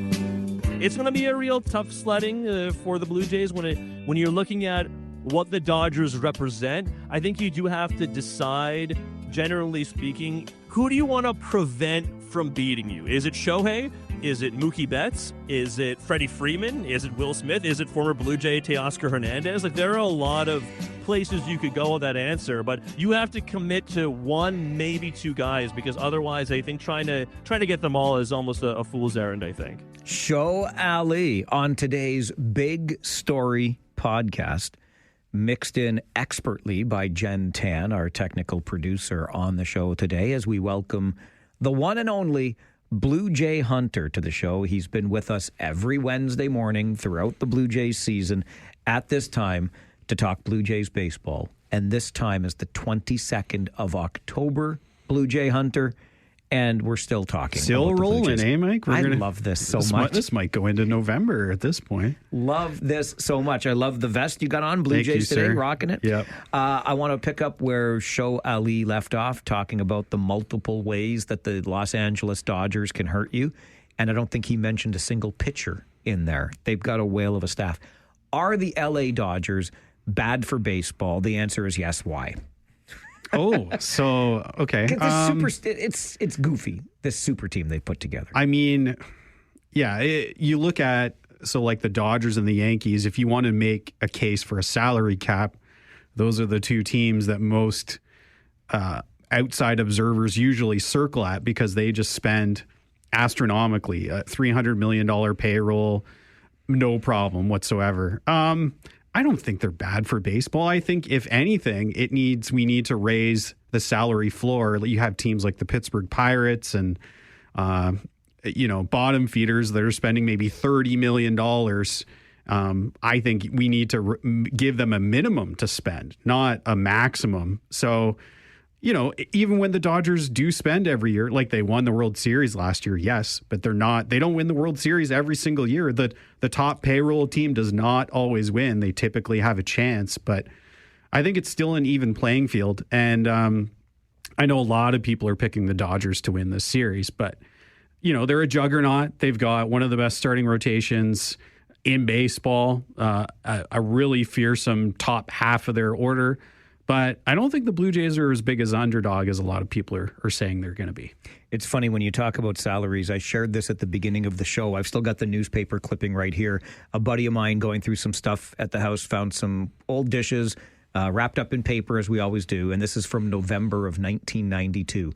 Just after the Blue Jays won their first World Series. Right. And if you remember back then, it was the Blue Jays who were having all the accusations hurled at them that we now hurl at the LA Dodgers, because the Blue Jays were the biggest spenders. That's right. They bought the World Series, right? They were the Yankees back in the day. They usually ran in the early 90s, they're running a top payroll, and after 91, they poached the top free agents in the market, like Dave Winfield and Jack Morris. And then the following season, they went out and got Dave Stewart. So I think a lot of people forget. Yeah, the Blue Jays were, I don't want to say hated in MLB, but there were a lot of teams looking at the Jays saying, hey, this isn't fair. And, 32 years later, we're saying the same thing about the Dodgers. $49 million.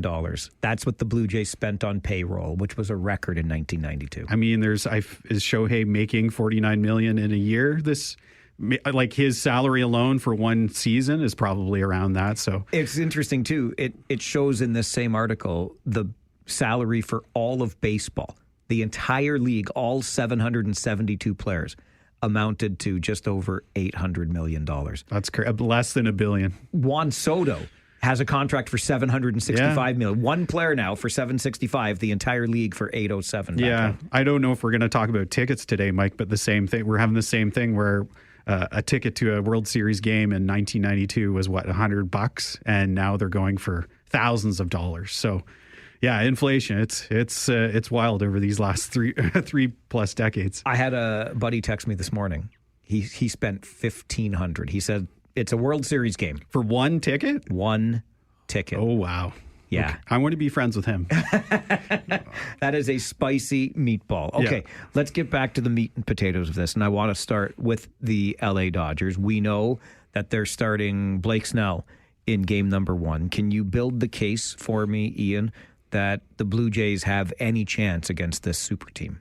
I mean, so I'll throw a few stats at you here. So the Jays starting pitching ERA in the playoffs has been 3.33. The Dodgers starters ERA has been 1.40. Ooh. I mean, they steamrolled the Brewers. They took care of the Phillies, dispatched the Reds. So what was their quality of competition? Was it as high as the Blue Jays? That's kind of arguable. But I think a lot of people are saying if the Jays want to do damage in this series, they have to get into the Dodgers bullpen. That's really the weak underbelly of this team because they have essentially 4 aces they can throw at you. Ohtani, Snell, Yamamoto, and Glasnow in any game. But on the same token, I mean, a lot of people were saying the Seattle Mariners had the edge in the starting pitching in the ALCS, and the Blue Jays beat them up a little bit too. So, yeah, I think the Blue Jays they need to play their brand of baseball, is just working deep counts, putting the ball in play, working up the pitch counts of the starter, and turning it over to the Dodgers bullpen. I think they used in the NLCS, I believe they only used 4 relievers total, Mike, and the Jays used 10. So, their starters were pitching deep into games. Like Yamamoto had a complete game. Snell pitched 8 innings.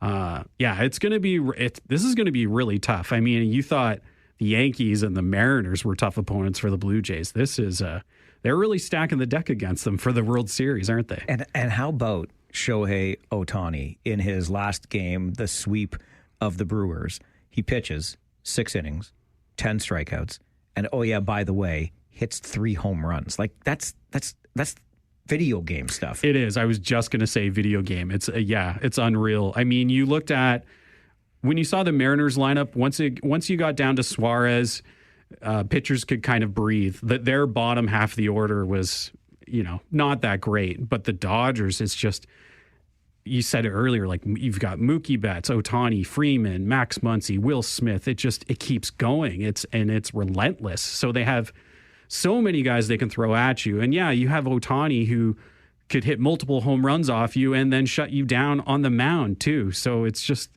I don't want to say it's unfair, but it's kind of handicapping the Blue Jays here. But I mean, this is the World Series, right? It's best on best. This is absolutely what you want. If you want to be the best team in the league, you got to beat one of the best. How about the subplot here of Shohei Ohtani actually being on a plane to Toronto this time? Apparently the Jays were a lot closer than many realized a year ago to getting Ohtani.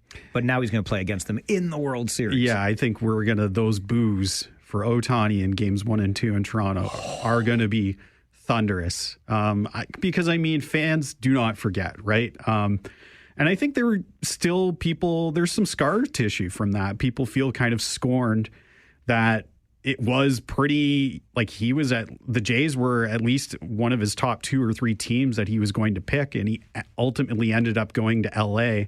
So there's that storyline. There's the Roki Sasaki one as well, where he was another pitcher who almost apparently had the Blue Jays in high regard last year.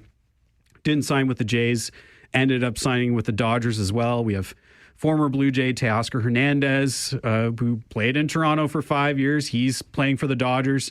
And then you've got Freddie Freeman, who, he played for Team Canada in the World Baseball Classic. I think a lot of Jays fans are probably going to actually end up cheering for Freddie Freeman as opposed to booing for Shohei Ohtani. So there's a lot of interesting Toronto-LA ties in this World Series for sure. Certainly are. Okay, I'm kind of a fan of if it ain't broke, don't fix it. Or if it worked in the ALCS, then let's just see if it works in the series.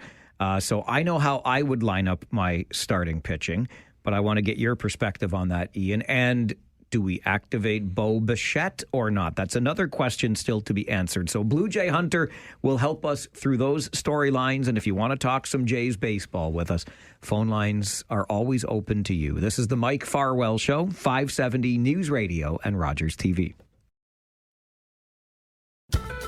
It is a Wednesday morning. It is just after 11 a.m. and I am thrilled that we are still talking to the one and only Blue Jay Hunter. Ian Hunter joins us Wednesday mornings at 11, right through the Blue Jays season. And on this October the 22nd, oh, baby, we're still talking Blue Jays baseball. The World Series starts on Friday in Toronto. Kyle is on the phone with us. Good morning, Kyle. Good morning, Mr. Blue Jay Hunter. Sorry I missed you the other day. I was sleeping because, of course, the big win. And you mentioned all those guys from the LA Dodgers, but you know why, Mr. Blue Jay Hunter, it doesn't matter? Why is that? Because we're going to the World Series! Wow! Thanks, guys. Thanks, Kyle. First of all, sleeping at 9:30, you call yourself an adult? Jeepers creepers. At least you got a full night's sleep, unlike most people, right? Exactly. Most of us were in here the next morning getting ready for things. But listen, Kyle has been on this bandwagon like he's true blue. He was doing shout-outs like that right through the summer. So there you go. I mean, kudos to anyone who stuck through with this team, because in May, when they were sub 500, I wouldn't blame a lot of people from tapping out and saying, we've seen this movie before. This team is destined to finish in 4th place, and now they're going to the World Series. It's been a wild year. You shared earlier, Ian, the rather ridiculous ERA of the Dodgers starting pitchers versus the Blue Jays starting pitchers. 1.4 for the Dodgers, 3.33 or in and around that number for the Toronto Blue Jays. So we've talked about their starting rotation, the Dodgers.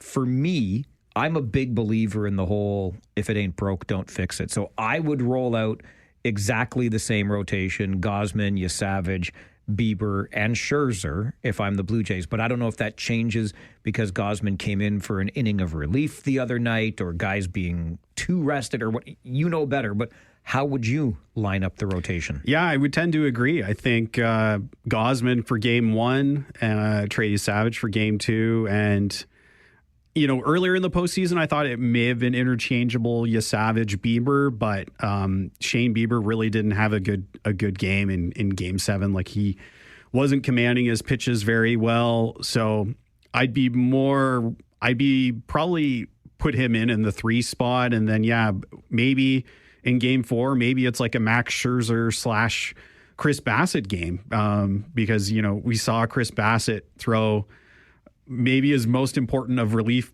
pitching in his life in Game 7, that 8th inning of scoreless relief. So I think John Schneider maybe wants to kind of keep him in his back pocket just in case someone maybe runs into trouble for some long relief. So, I think it's probably going to be it'll probably be that way. If anything, Mike, maybe Yasavage gets game 1 over Gausman, like you said, because he pitched in Game 7 on Monday, but I think for the most part, it's probably going to be, they'll roll the same starting rotation that they did in the ALCS. Okay, so along those same lines, and I know my friends Brian and Margaret from beautiful Bruce County, who listen religiously, are in favor of rolling out the same 9 players, too, to come to the plate, put on the same lineup, which would leave Bo Bichette out.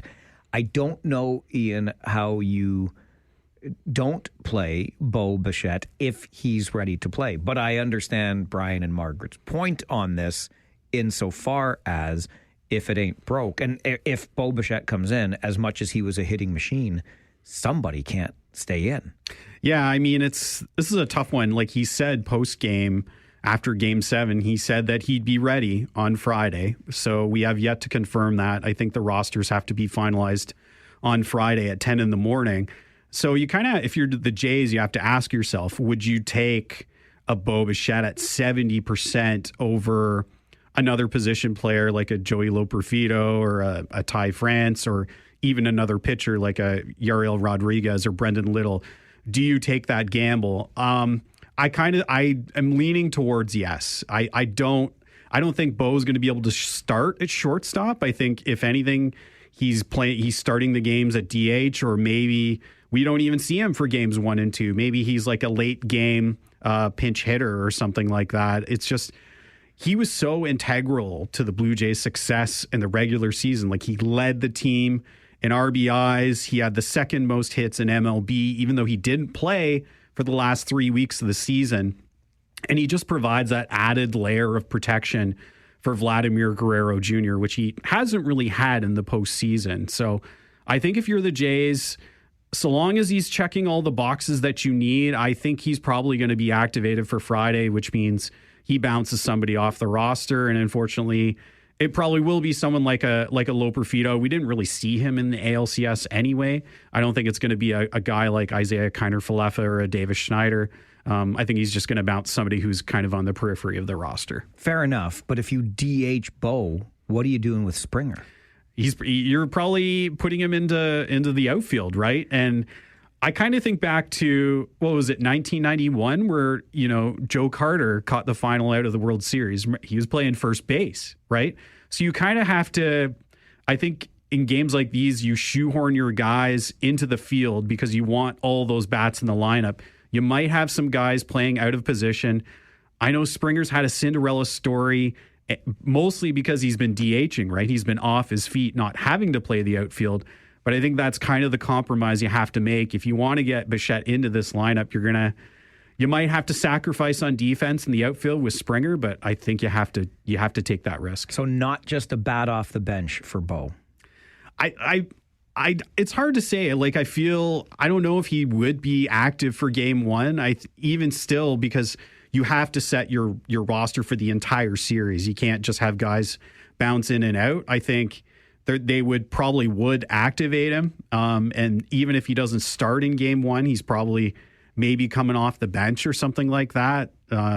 Potentially we said this yesterday, for like a Kirk Gibson moment, we'll have to wait and see. But this is, it's a big risk, but when you're facing a team like the Dodgers, you need as much offense as you humanly can, because like I said, they're going to throw 4 aces at you, and they've got a ton of MVPs in their starting lineup. Could you imagine if the Dodgers got reversed Kirk Gibson? Right, because it was Gibson for the Dodgers with that memorable play you're talking about, right? It would be wild. I have to be honest. I think I like the Blue Jays up the middle better defensively without Bo at short. I do, Ian. I agree. And they've kind of had to, like Andres Jimenez, when he came in, traditionally he was before he landed in Toronto, he's always been a shortstop, right? And a Gold Glove caliber guy up the middle. Yeah, I would like that's one thing that we're not really talking about is the Blue Jays defense. I would match them up with any team in Major League Baseball. They have a stupendous up the middle defense. Outfield defense is great. But now, like we said, if you start putting guys in like a George Springer, are you sacrificing in left field? If you bring Bo into shortstop, then that moves Jimenez over to second base, and now you've got Ernie Clement or someone at third. So I don't envy John Schneider. It's a tough dichotomy to kind of get all this right. But yeah, I think if anything, you've got to think about offense first. And I hate to say it, but defense kind of takes a back seat. Quickly, because I've been wondering this, who else besides John Schneider is involved in this? Do Shapiro and Atkins have any visibility on these roster decisions? I mean, there's a whole analytics department, right? And they're kind of behind the scenes. I think they give the coaching staff and John Schneider all this information. I don't think anyone dictates from the front office who should be hitting, who should be pitching, but I think they try to make a strong case for every decision. Because I think back to the Barrios decision in 2023, right? Was that John Schneider just doing that on his own? I really don't think so. So, yeah, it's definitely not. It's not as old school as it used to be, where it was just, the buck stopped with the manager. I think there's a lot of people who go into this decision. It's just the manager, John Schneider, is the face of all these decisions. I'm so pumped. I'm so pumped. This is super exciting for the country, for our station, for our company. But really, this is just great stuff. Yeah, I mean, this is the duality of it is it's the happiest time of the year, but it's also the most stressful if you're a Jays fan too, right? Like, just make sure you load up on lots of antacids and whatnot, because you're probably going to need them. I'm looking forward to next Wednesday already, Ian. Thanks for this morning. Thank you, sir. That is the one and only Blue Jay Hunter, and he'll be back next week because the Jays are in the World Series, baby.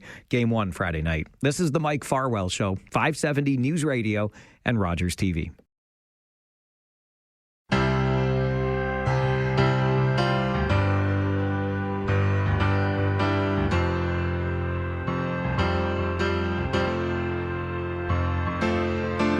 She's back in the atmosphere with drops of Jupiter in her head.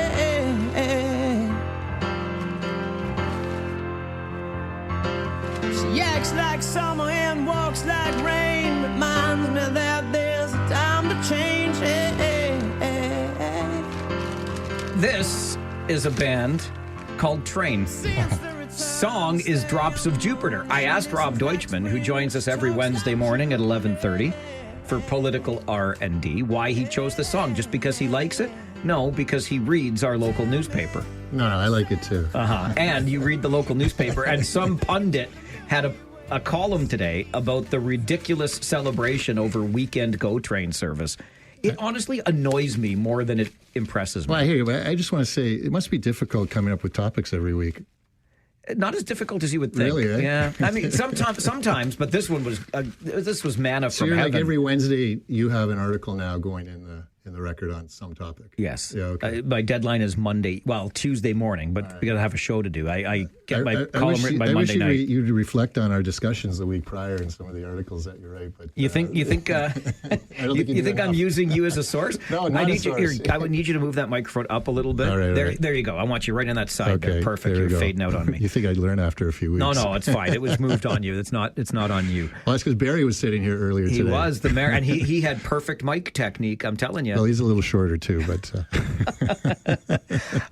Okay, let's talk about codes of conduct, Rob, for municipal councils, because they've been in the news, but we haven't talked about the codes of conduct as much as the Integrity Commissioner's investigation into whether or not councillors violate them. Yeah, so, and I wanted to touch on this because, it all centers around what's happened in Cambridge recently with Councillor Cooper's, the Integrity Commissioner report, et cetera. And that seemed to blow up into this free speech discussion, and then Louisa had her article as well. And I think it kind of got a bit off the rails in terms of the focus, right? When you are first elected, or elected every time you're elected, and you start a new session of council, there are a number of things that you basically swear out that you are going to abide by, okay? And one of them is a code of conduct.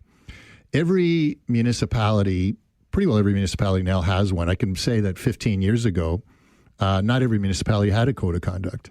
I remember when I was first elected mayor in North Dumfries, in the first few months, it was around Christmas time, and we got these cheese trays for every councillor. I'm going, what? It's like a cutting board or something with some stuff, right? And I'm going, well, I said to my CEO, what is this? Where's this from? And it was like the local developer had provided it to us. And I said, am I even entitled to receive this? What are the rules? And they said, oh, well, there's a rule. It's like you can have lunch if it's up to $50 or accept a gift if it's up to $50 or something like that. I said, okay, well, send me the document so I can read it. He said, well, we don't have a written code. I said, well, what do you mean we don't have a written code? Like, I would thought in 2010 that would have been something that everybody would have. So we got a code of conduct, and like most things, we canvassed area municipalities that had one and then took bits and pieces of it and crafted one together. And in fact, the region at the time didn't have a written code of conduct either. But anyway, fast forward to 2025 or 2022 when the election was. And in Cambridge, they do have a code of conduct. Now, and every municipality has their own code of conduct. So they're not consistent. And I think I mentioned the other day, Wilmot, for example, that went through their situation where the councillors got together. They have a code of conduct that's might be about 20 years old or so. I took a quick look at it because I was curious to see what the code of conduct said, because the integrity commissioner there said that their conduct, which they were complaining about, did not violate the code of conduct. And that's when councillors showed up at another councillor's town hall, and there was concern about quorum and also decorum as well, the way they were talking to each other. And so it said it didn't. So I was curious about that because I thought, well, it sounded like there was some disrespect shown with respect to that issue that might be under a code of conduct. And I took a look at it, and it really wasn't covered there. So I took a look at the so fast forward now to this situation, and they've got about a 20-page code of conduct for the city of Cambridge, right? And the section that the integrity commissioner was referring to was 4.1. And again, everybody acknowledges, and I always tell councillors when they first get started, look, there's about 3 documents you should be familiar with right off the bat. One is your procedures bylaw, how you bring a motion forward, et cetera, because you want to make sure the debate is organized and controlled and follow some rules. The Municipal Conflict of Interest Act, which is a very short one. It's about 15 sections and can have some very serious consequences, because if you violate the Municipal Conflict of Interest Act, you could be thrown out of office. You could be restricted from running again. There's very serious penalties. And code of conduct. Read the code of conduct and make sure you understand what it is that you have to abide by. And in this section 4.1 of their code, it starts out by saying a member shall at all times, conduct themselves. So when you see the word shall, that is like an absolute. There's no like may, maybe, blah, blah, blah. It's like shall at all times. And it says at all times. Outside of council. All times, that's right. Because if you go to section 9.1 of their code, which was another area that was brought forward as an area of potential violation by Councillor Cooper, it talks about harassment. But it was, as the integrity commissioner pointed out, it was harassment during your official duties. While your official duties of councillor or work as a councillor. So there's a distinction there, and Councillor Cooper was found not to have violated 9.1. But 4.1 is pretty absolute, and it's all times. So this is basically councillors, the council saying, look, we accept this. We're going to conduct ourselves a certain way all the time while we're your elected representative. Speaks to the standard to which we hold elected representatives. Right. And, it says they have to, it's sort of 2 parts to it. It says conduct themselves with decorum, courtesy, respect, propriety, decency. Now, and respect is repeated twice, but that's probably like this happens sometimes with typos or grammars or whatever. But it says understanding that all members of the public, other members or councillors and staff are to be treated with dignity, courtesy, and empathy. All right. So when people say, oh, this is a violation of one's free speech. Well, no. You've accepted this, we'll say, condition of your free speech as a councillor when you sign up and you say, I'm going to abide by that. So now the question is, did the conduct have, dignity, courtesy, and empathy for fellow members of the community? And the integrity commissioner determined that it did not. And that's really what they're focused on. The integrity commissioner, acknowledges the charter and the other issues. And we all know there's certain speech that is controlled by the code, the criminal code and other things. You can't yell fire in a crowded theater, et cetera. And there's certain very offensive statements I'm not going to make that we would all recognize as being quite offensive, and you're not going to make those sorts of statements. But so there are some restrictions. The question is, how far does the restrictions go? And in this case, the councillor himself accepted that he was going to comply. He acknowledged that he agreed to abide by the code of conduct. They all do.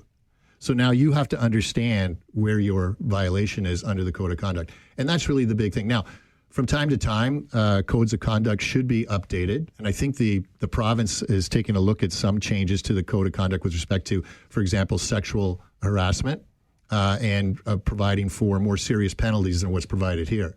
I think I sent you an email about Rideau Lakes Township where the mayor was found to, I think, have violated, or there were 2 complaints, and the penalty was 4 days of docked pay. And the council turned around and voted to make it 90 days, which was the maximum penalty times 2. Now, that could speak to some dysfunction and animosity that is going on inside a council. Yeah, because in this case, I think the integrity commissioner did get it right. You've explained it very well, where Councillor Cooper violated the code of conduct. And I think this is probably a conversation for another day, but you alluded to Rideau Lakes. These codes of conduct, while I support their existence and their being enshrined in writing for councils, they've been weaponized far too often for my liking. Well, okay. People Everything's say, suddenly a complaint. Yeah. Well, people say weaponized, and I think you have to step back and take a look at the situation and see why. Okay, like in this area, where is, like in this situation, I wouldn't say it was weaponized. No. Right? So I want to. It is a separate conversation, but yeah. In Rideau Lakes, the story that you shared. Yeah. I mean, it sounds like if I don't like you, I'm going to bring a complaint. Yeah, that you violated the code of conduct, and I'm not good with that. We know. I hear what you're saying, but we know more of the context and the background on this situation that we're talking about. And someone might say, well, if someone in Rideau Lakes might get this news story about Cambridge and say, 10 complaints against that council, that sounds like weaponization to me. So we have to know more of the background of what's happening. But I think it's important to have a code of conduct so everyone understands the rules they're going to abide by. Yes. And then if you want to change those rules, then you look at changing your code of conduct. And I think it speaks to people have to, learn to play well in the sandbox, as we say. And sometimes you have to sort of step back. You've got to mix a little water with the wine, compromise. And that's what we want, right? We want a council that is going to work together, compromise on issues, and come up with the best solution for the community. But I agree with you. We don't want to see people that are fighting amongst themselves and name calling and having discussions about motives and stuff that could interfere with the day-to-day function of a council, which is to make sure that they're providing good governance for the voters that put them in there to manage the business affairs of our community. All right. Speaking of changing the rules, Ontario's big city mayors say they are willing to do that. Yes. Oops, I'm going to take my hand out of the cookie jar. No. And fix, so wrong. Fix so speed. wrong. I want to give you ample time to talk about this. The speed camera changes proposed by Ontario's big city mayors. We'll get into that with Rob Deutschman, political R&D on the Mike Farwell Show, 570 News Radio and Rogers TV. We do this segment every Wednesday morning at 11:30 with Rob Deutschman, political R&D, based in large part because of his deep political experience, which leads him to even tune into council meetings on off nights, if you will. You come here every Wednesday morning, but you're impressed with what you heard from Woolwich Council last night. Yeah, I am, Mike. If you recall, a few weeks ago, we had this discussion about the report that came out from their Director of Finance about the status of their, we'll say, lack of updated computer technology, software programming for financing and budgeting, and the steps that they needed to take. And so last night just happened to be on television and flipped on in Channel 20, Rogers 20, and they had Woolwich on. And I caught the presentation from their team in terms of what they're looking to implement. And Mike, it was so impressive. I just thought, wow, what a great program that they're working on. The steps that they're taking to ensure that they're going to get buy-in from staff, because this is a sea change. Because right now they do a lot of things where they're printing copies of invoices, writing down accounts on it, internal email to send the invoice to a department head for them to write something on and approve it, send it back. I mean, there's so much time that's being wasted that it was very, very interesting for me to hear how they're going to be modernizing and the benefits that it's going to bring. It's going to take some time. It's going to take a few years to do, and that's understandable because I remember when I was mayor trying to, we had a treasurer that was there for decades. You're not going to change people that quickly, right? And it's like that old, this is how we've always done it mentality. And it's very hard to change that. So it was really good to see. And so I just want to shout out to Woolwich Council and their staff and the team that's heading up. Now, there were a lot of acronyms, I'll just say, in government. They had an acronym for this implementation called FAST. But I think that program is very exciting. And it gets back to what I said earlier when we talked about that. I think the Ontario government should be spending time sending people out to look at those townships municipalities that don't have this sort of system, or audit and say, what do you have right now, and ensure that they're taking steps and provide them with funding for that. And stay off our speed cameras. Don't force us to put signs up where you think that the Minister of Red Tape Reduction should put a speed sign up. And focus on that. But anyway, now we've segued into the speed camera. We have, thing. because that's one of the things the big city mayors say they will do. They're offering a number of olive branches, if you will, changes to the speed camera program so that they can keep these cameras that they've already installed. They obviously don't want to lose money on the contracts. Well, that's an issue, right? Of course it is. Because the government first said, go ahead and do it. And now they're saying, don't do it. Well, because they did it irresponsibly. No. Yes, they did. Okay, look. You say that, and I say this, but we don't have to keep going back and forth. That's fine, but I wanted to be clear that they did it irresponsibly. That's why they're having their toy taken away. And I want to be clear that you're wrong. I'm not wrong. I'm okay. actually right, because that's why the toy is being taken away. Look, you're going to suck up all the minutes. This is political R&D. I know. So that's what you bring me on for my thoughts, right? We get your thoughts. When I'm gone, we get lots of your thoughts. So it was interesting in the paper today that they had the Big City Mayor's article, and then we had the overview on the second page, which was a review of what's going on. I'm just curious how Mayor Barry ended up on all of this, because you got the article on page 2, which talks about pushing to implement this as quickly as possible. Then we saw the press conference in Vaughan, and now we see the big city mayors, of which City of Kitchener is part of the Big City Mayors Caucus. I guarantee proposing. Barry Verbanovic did not sign that letter. Well, unless you talk to him, you don't know. But I know. You don't. So, but this gets back to what I've said before.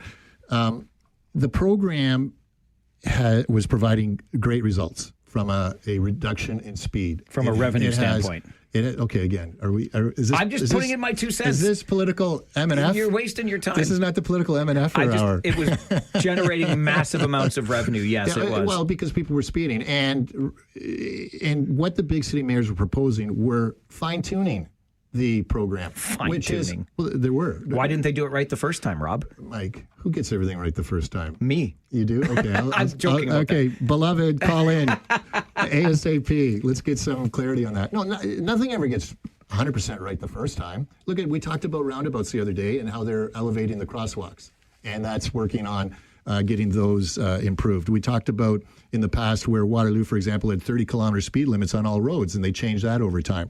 So this is There's what I said. 7 things that the mayor's perfect. That's a lot of things wrong the first time, Rob. No. Again, this is how things get better. You implement the program. It was implemented from a safety perspective, and then you fine-tune as the program goes. And there were councillors that were starting to talk about, and they've talked about even today, for example, issuing a warning for the first time. Because you don't know until you implement something what the overall reaction is going to be. And then you say, okay, how do we address the concerns and issues that have arisen from this implementation? Time of day was something I'm sure was going to be considered, because you started to see that with the townships and the rural roads and wanting to consider time of day. You had some questions about what speed limit was appropriate. So some of the rural schools, the speed limits, the reductions were too quick and too low. And so you're starting to look at that. So we were looking at all of those things. Better signage. There was I think Councillor James brought a motion recently that got passed to improve the signage as well. So these were things that were starting to be done to fine-tune the program. The issue of safety on the streets is the main issue, and these cameras spoke to that. The streets were not unsafe before. This is so frustrating for me. Well, they weren't. Show me the data. You're going to have to show me the data. You're going to have to knock on doors next time with people that are going door to door and listen to what the people have to say. And you know this because it's in the article with respect to page 2 of the record today, which I hope you've read. And I have read, and there's no data. Mayor Verbanovic and others said this is the number one issue of our people. Of course it is. Because they're experiencing it, all right? So they're experiencing it. They're telling us what their concerns are. A councillor has to respond to the concerns of the community. And this is one way that we were responding, and this was the best way that we were responding to Speed bumps. Yeah, have you talked to people that have speed bumps in their area? What do you want? You want slower cars or you want speed bumps? Slower cars with speed cameras. Yes. See, yeah, because speed cameras generate revenue. I want slower cars. Yeah. This is the problem. No, and the point of revenue, so on that too, Mike, you got to go back to the debates about this. This has always been discussed in the framing of safety in the community. No one talked about raising revenue. No one has. And the number of tickets that are issued in relation to the number of violators is very small. To less than 3%. That's not a cash grab. And the funds were going to be put into a reserve, or are put into a reserve, for road safety. That's what it's being used for. So this cash grab is a very, in some sense, disrespectful commentary on staff and counselors that have been trying to put a program in to respond to the concerns of the constituents about safety on the streets. That's really what it's about. I don't know why the Premier, every constituency, hospitals, doctors, other municipalities, schools have come out in favor of speed cameras. Every constituency. There is no reason not to continue with this program, and I hope that the Premier will consider what the big city mayors have done, because clearly he has some respect for the big city mayors, wanting to be a big city mayor himself. And let's hope that he has a second thought about it. I mean, to think about it, Mike, a program that's in, and one guy sitting in an office at Queen's Park can make the change for the entire province. This is what we're talking about. I love it. I hope the Premier sticks to his guns, but we'll talk about it during the Talkback Hour, which is coming up, because I'm pretty firm and fired up on this one, but appreciate your perspective, Rob, as always. One of these days I'll hang around for the Talkback. Political R&D with Rob Deutschman, Wednesday mornings at 11:30. Talkback is coming up, and we will talk about those speed cameras and the proposed changes to find out whether or not you think they will fit the bill and make you feel better about speed camera technology. This is the Mike Farwell Show, 570 News Radio and Rogers TV. Take out the papers and the trash, or you don't get no spending cash. If you don't scrub that kitchen floor, you ain't gonna rock and roll no more. Yakety yak. Don't talk back. Just finish cleaning up your room.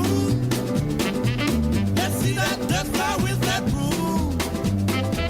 Get all that garbage outside, or you don't go out Friday night. Yakety yak. Don't talk back.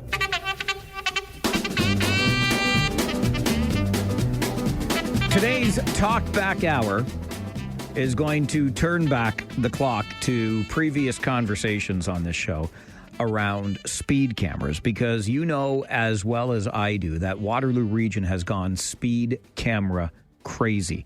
And just going back to the conversation we just had with Rob Deutschman on political R&D, Rob is absolutely right that you don't get everything perfect the first time. You roll out a program and then you modify it as necessary. Absolutely true.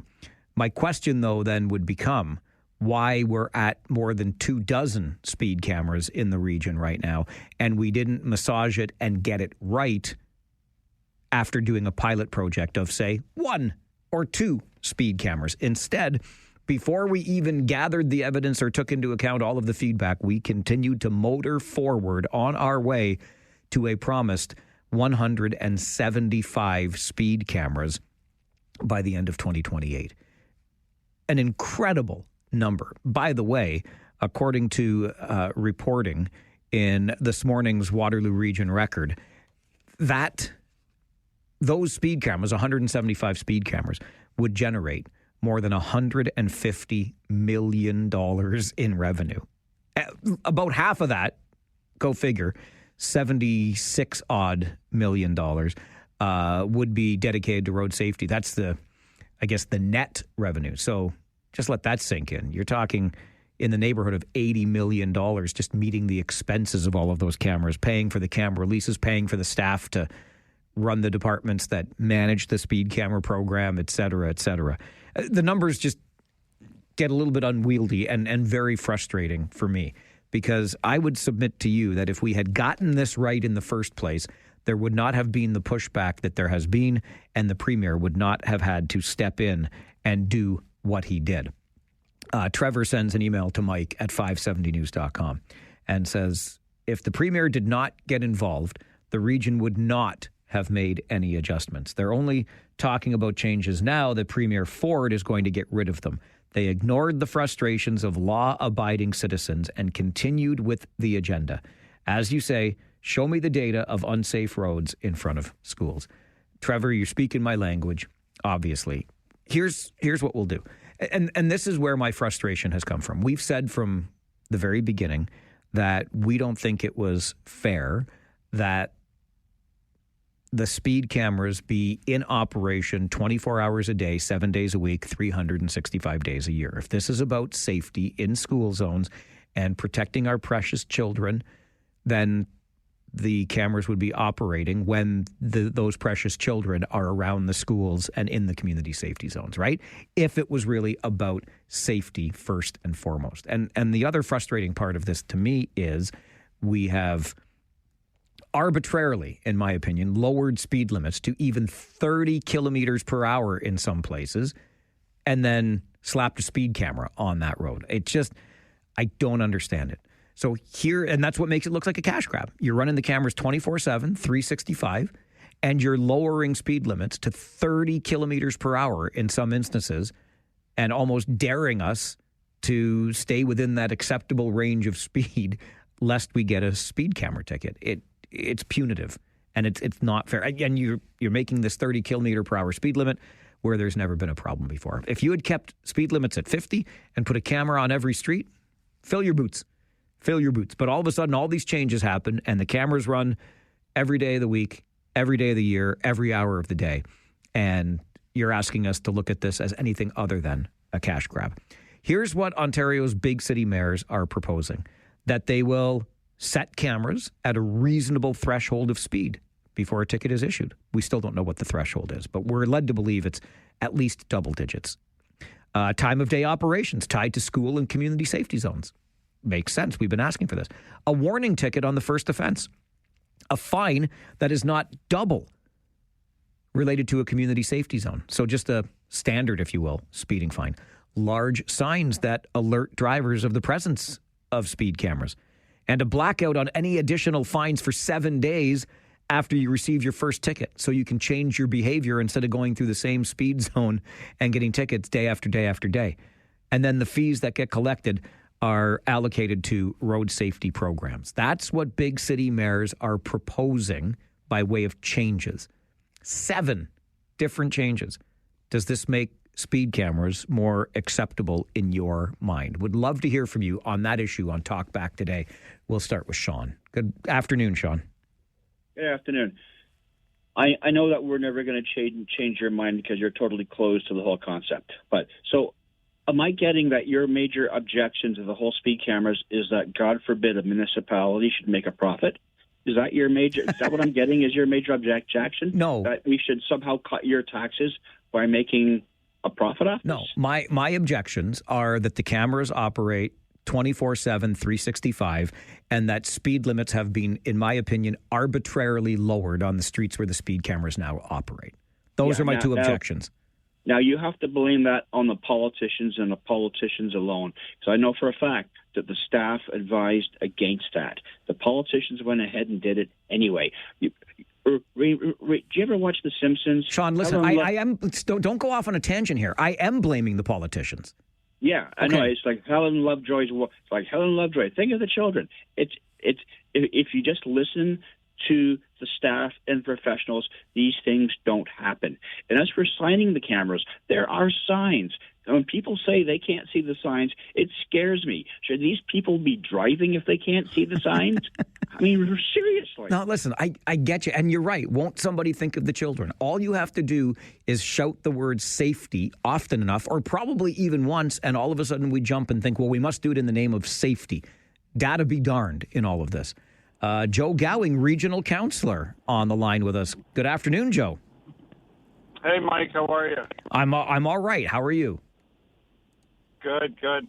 I just wanted to chime in. I listened to everybody, and it has been 2 months for two and a bit now, and there is a lot of things that people are saying that realistically in the background we can't disclose a lot of stuff. However, now that letter from the big city mayors is out, they are almost mirroring what we are currently doing in the region. So what they're asking the government to change is exactly how we run our program currently. Now, there's some... No, hang on. No, Joe, that's not true. Because speed cameras are in operation right now in this region, 24 hours a day, 7 days a week, 365 days a year. Right. Right. Right. So you're However, not changing there is that. threshold. Well, there's threshold. I don't care. That's the I don't, key Joe. that I don't care about not the been threshold. I don't want a ticket in July in a school zone for doing 36 and a 30. Well, but that's what I'm saying, though, Mike. Those are the things that we can't talk about because there is different threshold. Okay. So it is 24 hours a day, but you're not going to get a ticket for doing 6 over at midnight. Fair enough. I can tell you that right now. And if anybody tells you that, tell them to give me the ticket and I'll pay it myself. No, you're right. We understand the threshold, except in one municipality, is at least 10 kilometers over, which is fine. But these things, if they're in the name of safety, Joe, we've been saying since day one, they shouldn't operate every day of the week, every day of the year. Right. But looking at, you're also talking about the speed limits. The speed limits are set from the cities themselves, or them down. How many people do you know that drive 40 through a speed zone before a camera went up? Well, I know I've always followed the posted speed limit, but I don't know the answer to that. If the 2 million speeding offenses that were recorded are any indication, not many people do. That's right. Yeah. And looking at it, Forest Heights just got their cameras, my neck of the woods. So I drove past there the day that they went up, and I'm looking at it. I'm like, wow, we are going very slow today. And it was very apparent that just as those cameras were activated, everybody slowed down in front of that school. Now, I'm not saying or disagreeing that you're wrong, that we shouldn't have them 24 hours a day. But currently, we are running it as a common directive on how these cameras work. We're not going to ticket someone for doing 10 over at midnight. Are you sure about that? I could pretty much guarantee. And again, if somebody gets a ticket for doing 10 over at midnight, tell them to send me the ticket. All right. Joe, appreciate hearing from you on this. Thanks for calling in today. No problem, Mike. I'll talk to you later. Look forward to it. Joe Gowing, a regional councillor, has got some courage weighing in on that. All I'm saying is this. If you had rolled out the program the right way the first time, we wouldn't be here today, would we? Now the big city mayors are saying, we promise to behave with this revenue stream that we've created. We'll take more calls on your thoughts. There's 7 changes being proposed. Do you feel better about speed cameras if these changes are implemented? It's Talkback on the Mike Farwell Show, 570 News Radio and Rogers TV.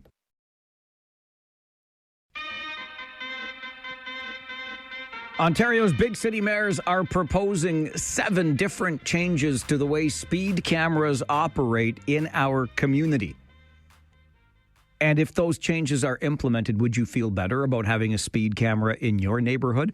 Among things they're talking about, a warning for the first offense as opposed to a ticket, a threshold of 7 days. So after you get your first ticket, you get the ticket presumably in the mail before the next ticket so you can change your behavior.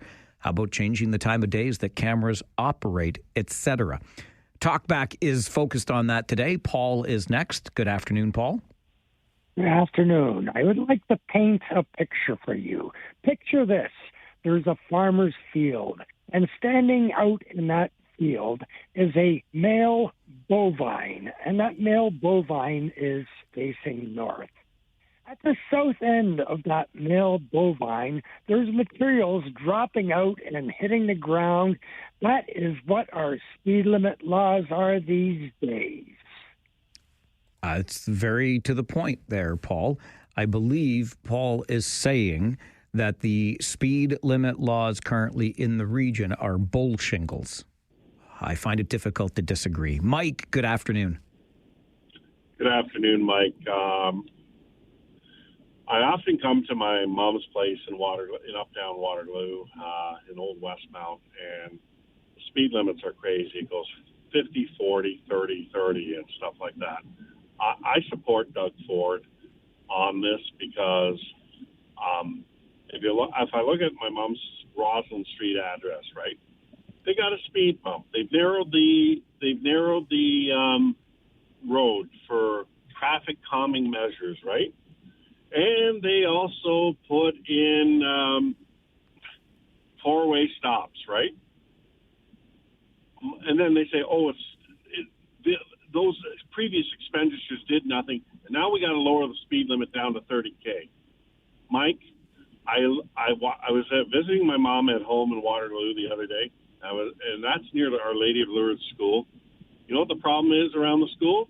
It's not the people speeding; it's the parents letting their kids off in a no parking and no stopping zone, and the kids running across the street while cars are present.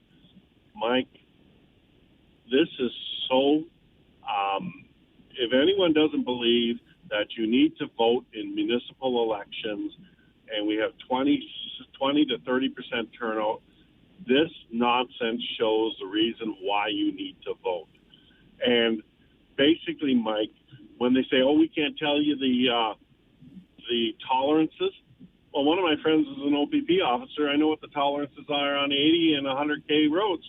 He told me it was 98 and 118 kilometers an hour. All right, Mike, appreciate that. We did have Regional Councillor Joe Gowing on earlier, and he said if you get a ticket doing 10 over at midnight, send it to him and he'll pay it for you. We know from research done by the Toronto Star that it sounds as though the threshold for speed over the limit is double digits in all but one municipality in this province that currently has a speed camera. So that would mean if the posted speed is 40 and there's a speed camera, all you got to do is keep it under 50 and you should be okay. That's what we've been told, and Joe Gowing seemed to agree with that. He would know what the threshold is. The public does not know what the threshold is. Ian, good afternoon. Hey, Mike. I don't know. It just feels like everything is gotten so chaotic, no common sense. We don't have, you've heard me state, no balance on so many of these things. Anyone who drives and tries to drive 30, all you're doing is looking at your speedometer and not paying attention to the road. And I want to bring up the point that, I know of somebody who was like 2 kilometers over and still got an $80 ticket. I don't believe that, Ian. That's not true. That's not true. Don't spread that. Don't spread that.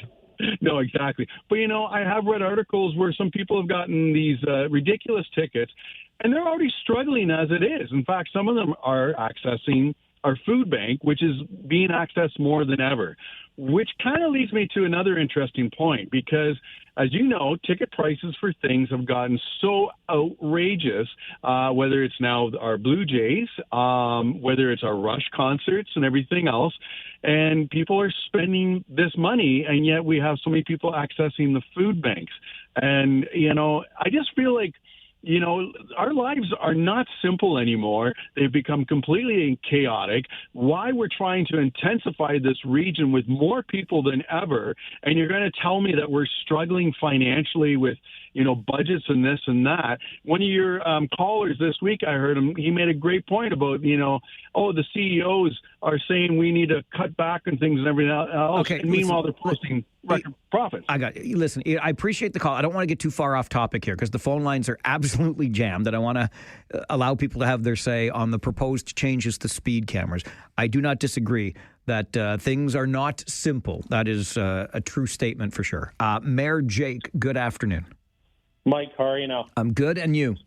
Not so bad, thanks. Yeah, I get a really good laugh when I hear councillors and mayors. They all sound like a bunch of seals. Like I notice when I'm driving past the speed camera near my neighborhood, I'm on the brake, I'm staring at my dash, I'm not even paying attention to the road because I got to make sure, hey, I'm at 40. So now I'm wearing down my brakes, which is now an extra cost, and I'm not even looking at the road. And it's funny when they put these cameras up, it looks like they put them up in record time, that they didn't even console or even talk to the communities and say, hey, how can we make this so everybody's happy? No, it was, well, the government, we know everything, and that's what happened.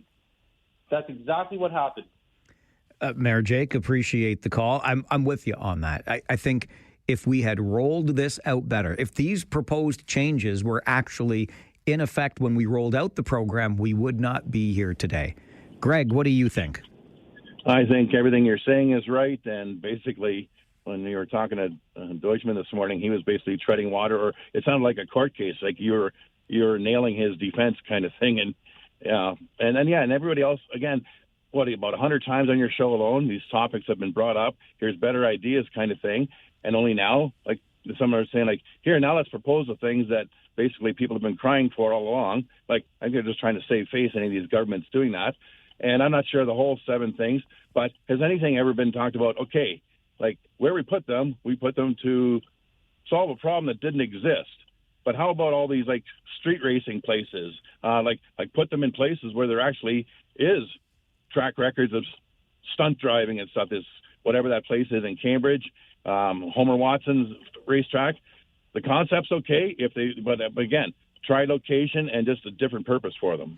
Greg, appreciate the call. And I've mentioned that before, too. You want to put them on McQueen Shaver Boulevard in Cambridge, speed cameras there. Homer Watson Boulevard in Kitchener, Ira Needles and Tressler through Kitchener and Waterloo, where I come to work every day. I think that makes abundant sense, where we know people are driving at incredibly reckless speeds. And I've also said, and will again, if you had kept the limit at 50 on every street and want to put a camera there then for people being reckless when the limit is 50, but all of a sudden speed limits change. They're different from road to road and city to city and region. It's just rural township to city street, and you keep piling on 24 hours a day, 7 days a week, 365 days a year. Big city mayors in this province say we've got 7 changes to improve the speed camera program. If only you'll let us keep the cameras. Should we let the municipalities keep the cameras? We continue talking about it on Talkback on the Mike Farwell Show, 570 News Radio and Rogers TV.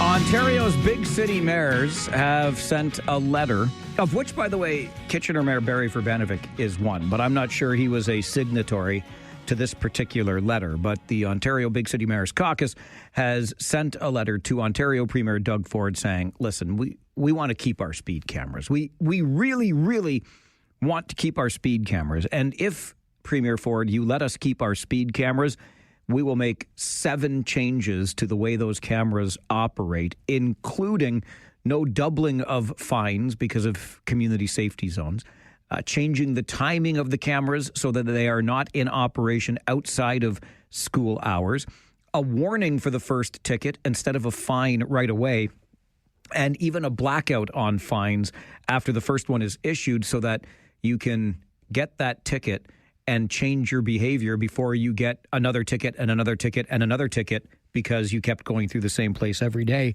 perhaps not realizing the speed camera was there. You get the point. They're offering changes, and I wonder if these changes make speed cameras any more acceptable to you, or maybe you liked the cameras to begin with. Let's get back to the phones. It's a busy Talkback Hour today. Kevin, good afternoon.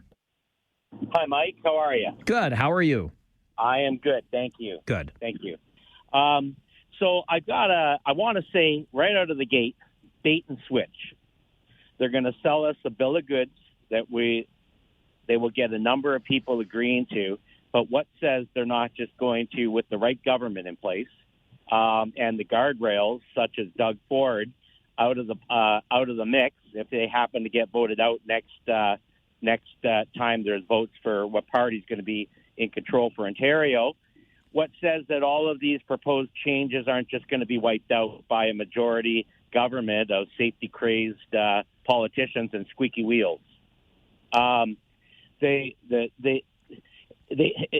It'll start with the school zones, and to be honest, I don't mind speed cameras in school zones during school hours, but the minute they get all these cameras in place, they're going to start going and stretching it into residential areas, probably out on the highways and the multi-lane Queens highways.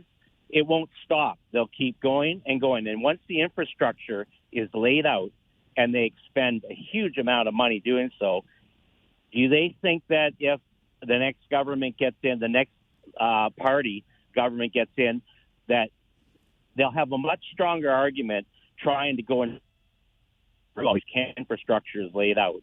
But make no mistake about it, they will not stop at school zones. It will spread everywhere.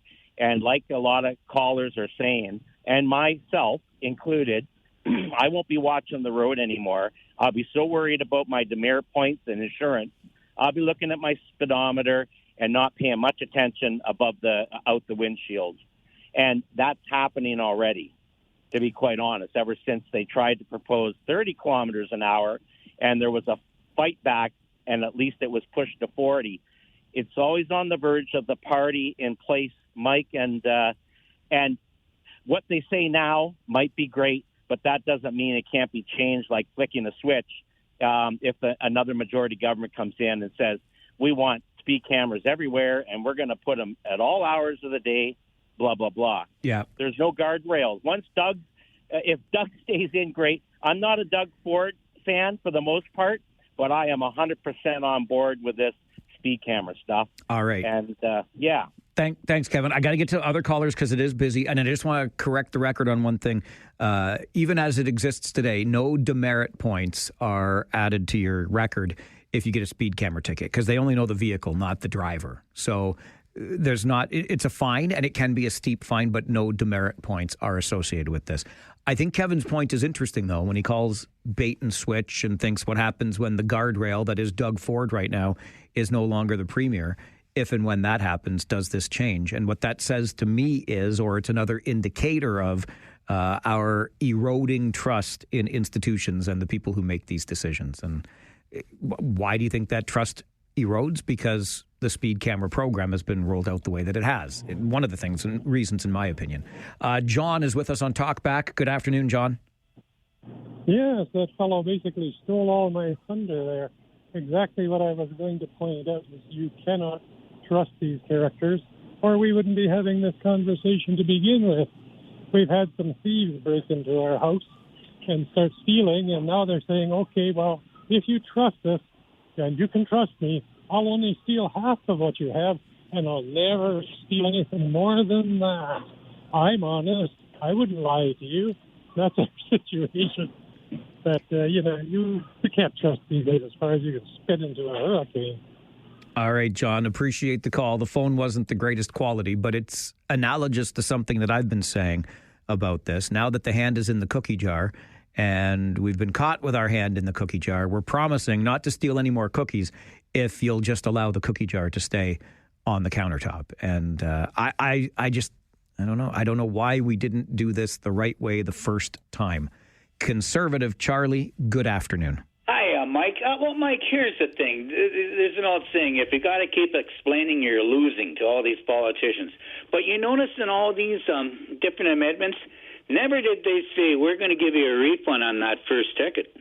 We're going to keep all that money. And here's the thing, Mike. I got nailed on Elgin and Cambridge up here just by DiPietro's. It was 48 and a 30, right by a school. Okay. And I paid the fine. But I never knew it changed to 30. Kind of pretty sneaky on that one. That's one of the things that bugs me. Another thing that bugs me, right around the corner from where I live, is St. Anne's School, grade school there. And in their wisdom, they put all these little flappable things in the middle of the road saying 30. You got to drive around them. Go down there anytime. You got school buses, you got city buses, cars. I got to take another way or you're stuck in traffic there. So about the speed there, that's another thing. But if they want to raise money, there's about 20 cars every day parked and no stopping. They're parked there waiting for the little ones to come out. So for all the people say follow the law, well, how about putting a cop down there once in a while? Charlie, appreciate the call. I've been on that bandwagon for quite some time. I've even actually lodged a complaint with bylaw in Kitchener because I live in a school zone and I've seen it. And to be honest with you, this absolutely relates to my bias on this issue. I'm sure that bad driving and excessive speed is a problem on many roads. But you know what the biggest problem in school zones is? Mommy and daddy or whoever the caregivers are picking up and dropping off their little ones. It is absolute chaos in a school zone before school and after the final bell. It's like, and if you've never witnessed it, just for a social experiment, go and watch the nonsense that goes on. And as somebody that lives in the neighborhood and has to witness the chaos, and sometimes, if my timing is bad, try to navigate the chaos, oh my goodness gracious. So this absolutely taints my perspective on speed cameras for sure, because there are other issues in school zones that we could address if we wanted to. To Charlie's other point about paying his fine, 48 in a 30, and I get it. I get it. That is, by the letter of the law, 18 over, 60% over the 30 speed limit if you want to get technical about it. And I understand the concern there. But here's the thing. First of all, Charlie says he didn't know it was a 30. And I'll go back to these arbitrarily lowered speed limits. Why did we do it? For what data did we use to support the lowering of that speed limit? And furthermore, 48 kilometers per hour. Is this the speeder that we're looking for? I've said this multiple times. You want to get the people doing 90 and 100 on Homer Watson and McQueen Shaver? Those are people driving at excessive speeds that are going to do real damage to themselves, to others, to property, etc. Somebody driving 48 is the speeder that we want to penalize? Come on with your coming on. Peter, good afternoon. Good afternoon, Mike. I really appreciate your show, and I love what you're doing. Thank you. However, I have to take issue with what you said about the man that called that said somebody got a ticket going 2 kilometers over. My wife got a ticket on Westmount between Block Line and Ottawa at 3 kilometers over. Peter, I can't. I'm sorry. Come on. It can't be. I will. You give me your website. I will send you a picture of the ticket. My email address is public. It's mike@570news.com. I'd be happy to look at it. When I get home tonight, I will find that ticket because I paid it, and I will send it to you. For 3 kilometers over, it was $82 or $83. That is a tax grab, no question about it. That's what a mile and a half over the speed limit? Yeah, that's ridiculous. And listen, Peter, as I said when the call came in, I was under the impression that in all but one municipality, the cameras were calibrated for double digits over the posted speed limit. So that's shocking to me. Well, I got one on the same stretch of highway. I was doing 46 or 47 in a 40 zone, and I got a ticket. So what you've been told is simply not true. Okay, well, I got to see it to believe it, but I'm happy to take a look at it. Absolutely. I will send you the pictures. Thanks, Mike. Thanks, Peter. I appreciate that. Here's the funny thing. I was tempted because I drove down Weber Street just the other day, and it's a double whammy now because the speed camera was just activated at Eastwood Collegiate. So you go past Sunnyside School, speed zone, speed camera at 40, and then I'm not even sure you get up back to 50 before it drops back down to 40 going past Eastwood. But I knew of the Sunnyside speed camera. And many of us do. It's a tough one because that's a 4-lane stretch of Weber Street. But anyway, I was tempted. In my mind, I'm like, I want to drive 47 or 48. I wanted to test. I did, to see if I would get a ticket because I am super curious. My understanding through reporting in the Toronto Star, there are some odd three dozen or so municipalities that have speed camera technology in place right now. And all but one of those municipalities, the Toronto Star reported, has a threshold of double digits over the speed limit.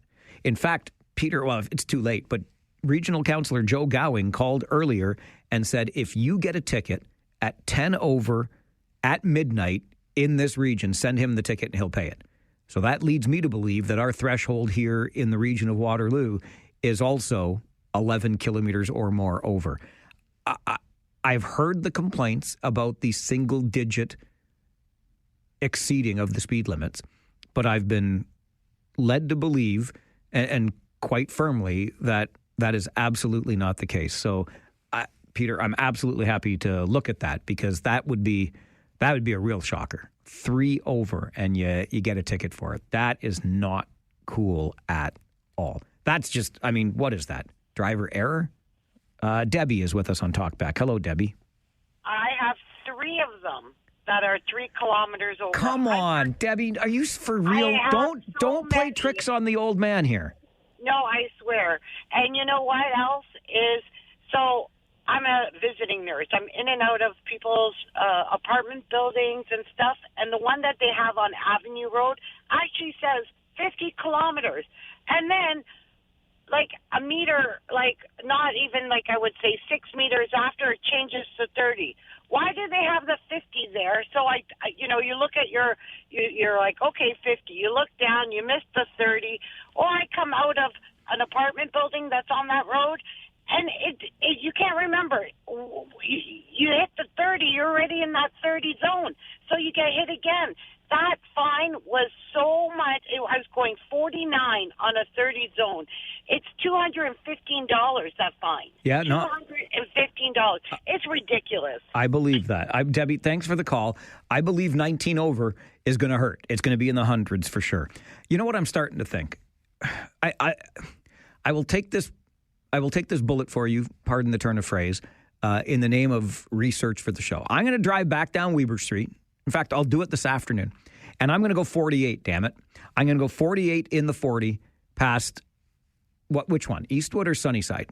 And I want to, because I was so curious the other day. I was, but listen, you know I'm cheap as the day is long. I don't want no ticket. And my driving record's been good in that regard for a very long time. But I was really curious. I'm like, what if? What if I got up to 46 or 47? Am I going to get dinged in the 40 zone? According to both Debbie and Peter, I will.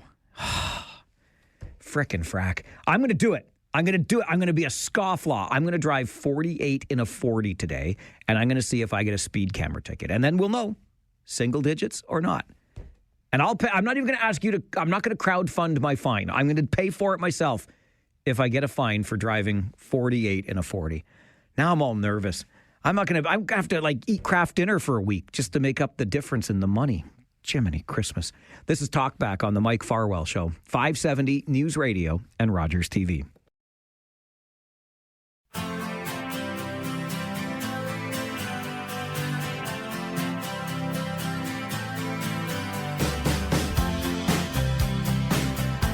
We're having a conversation today about everybody's favorite local issue, speed cameras, because Ontario's big city mayors say, we promise we'll do better, Premier Ford, if you just let us keep our speed cameras. And the big city mayors are proposing 7 changes that they would make if they would be allowed to keep their speed cameras.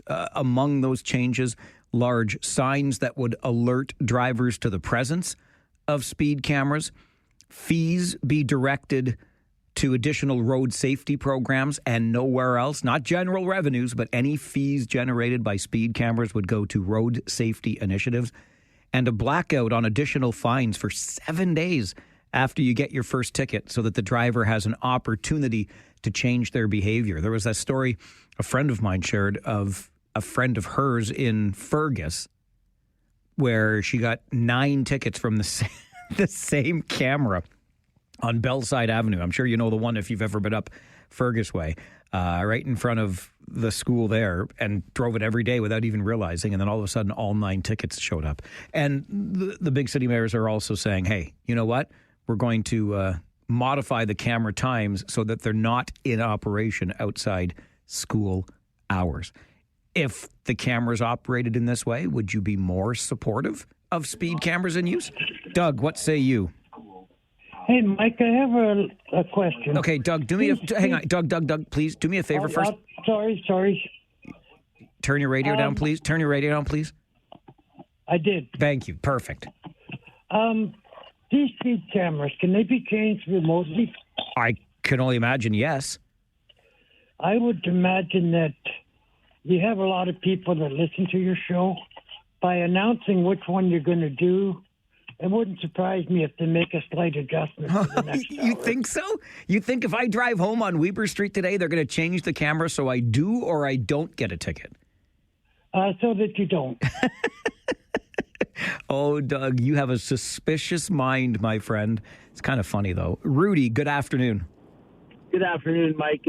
If they make an adjustment so that it's within school times, I think it'd be all right, from 7 a.m. in the morning till 6 at night, because soccer games and school activities.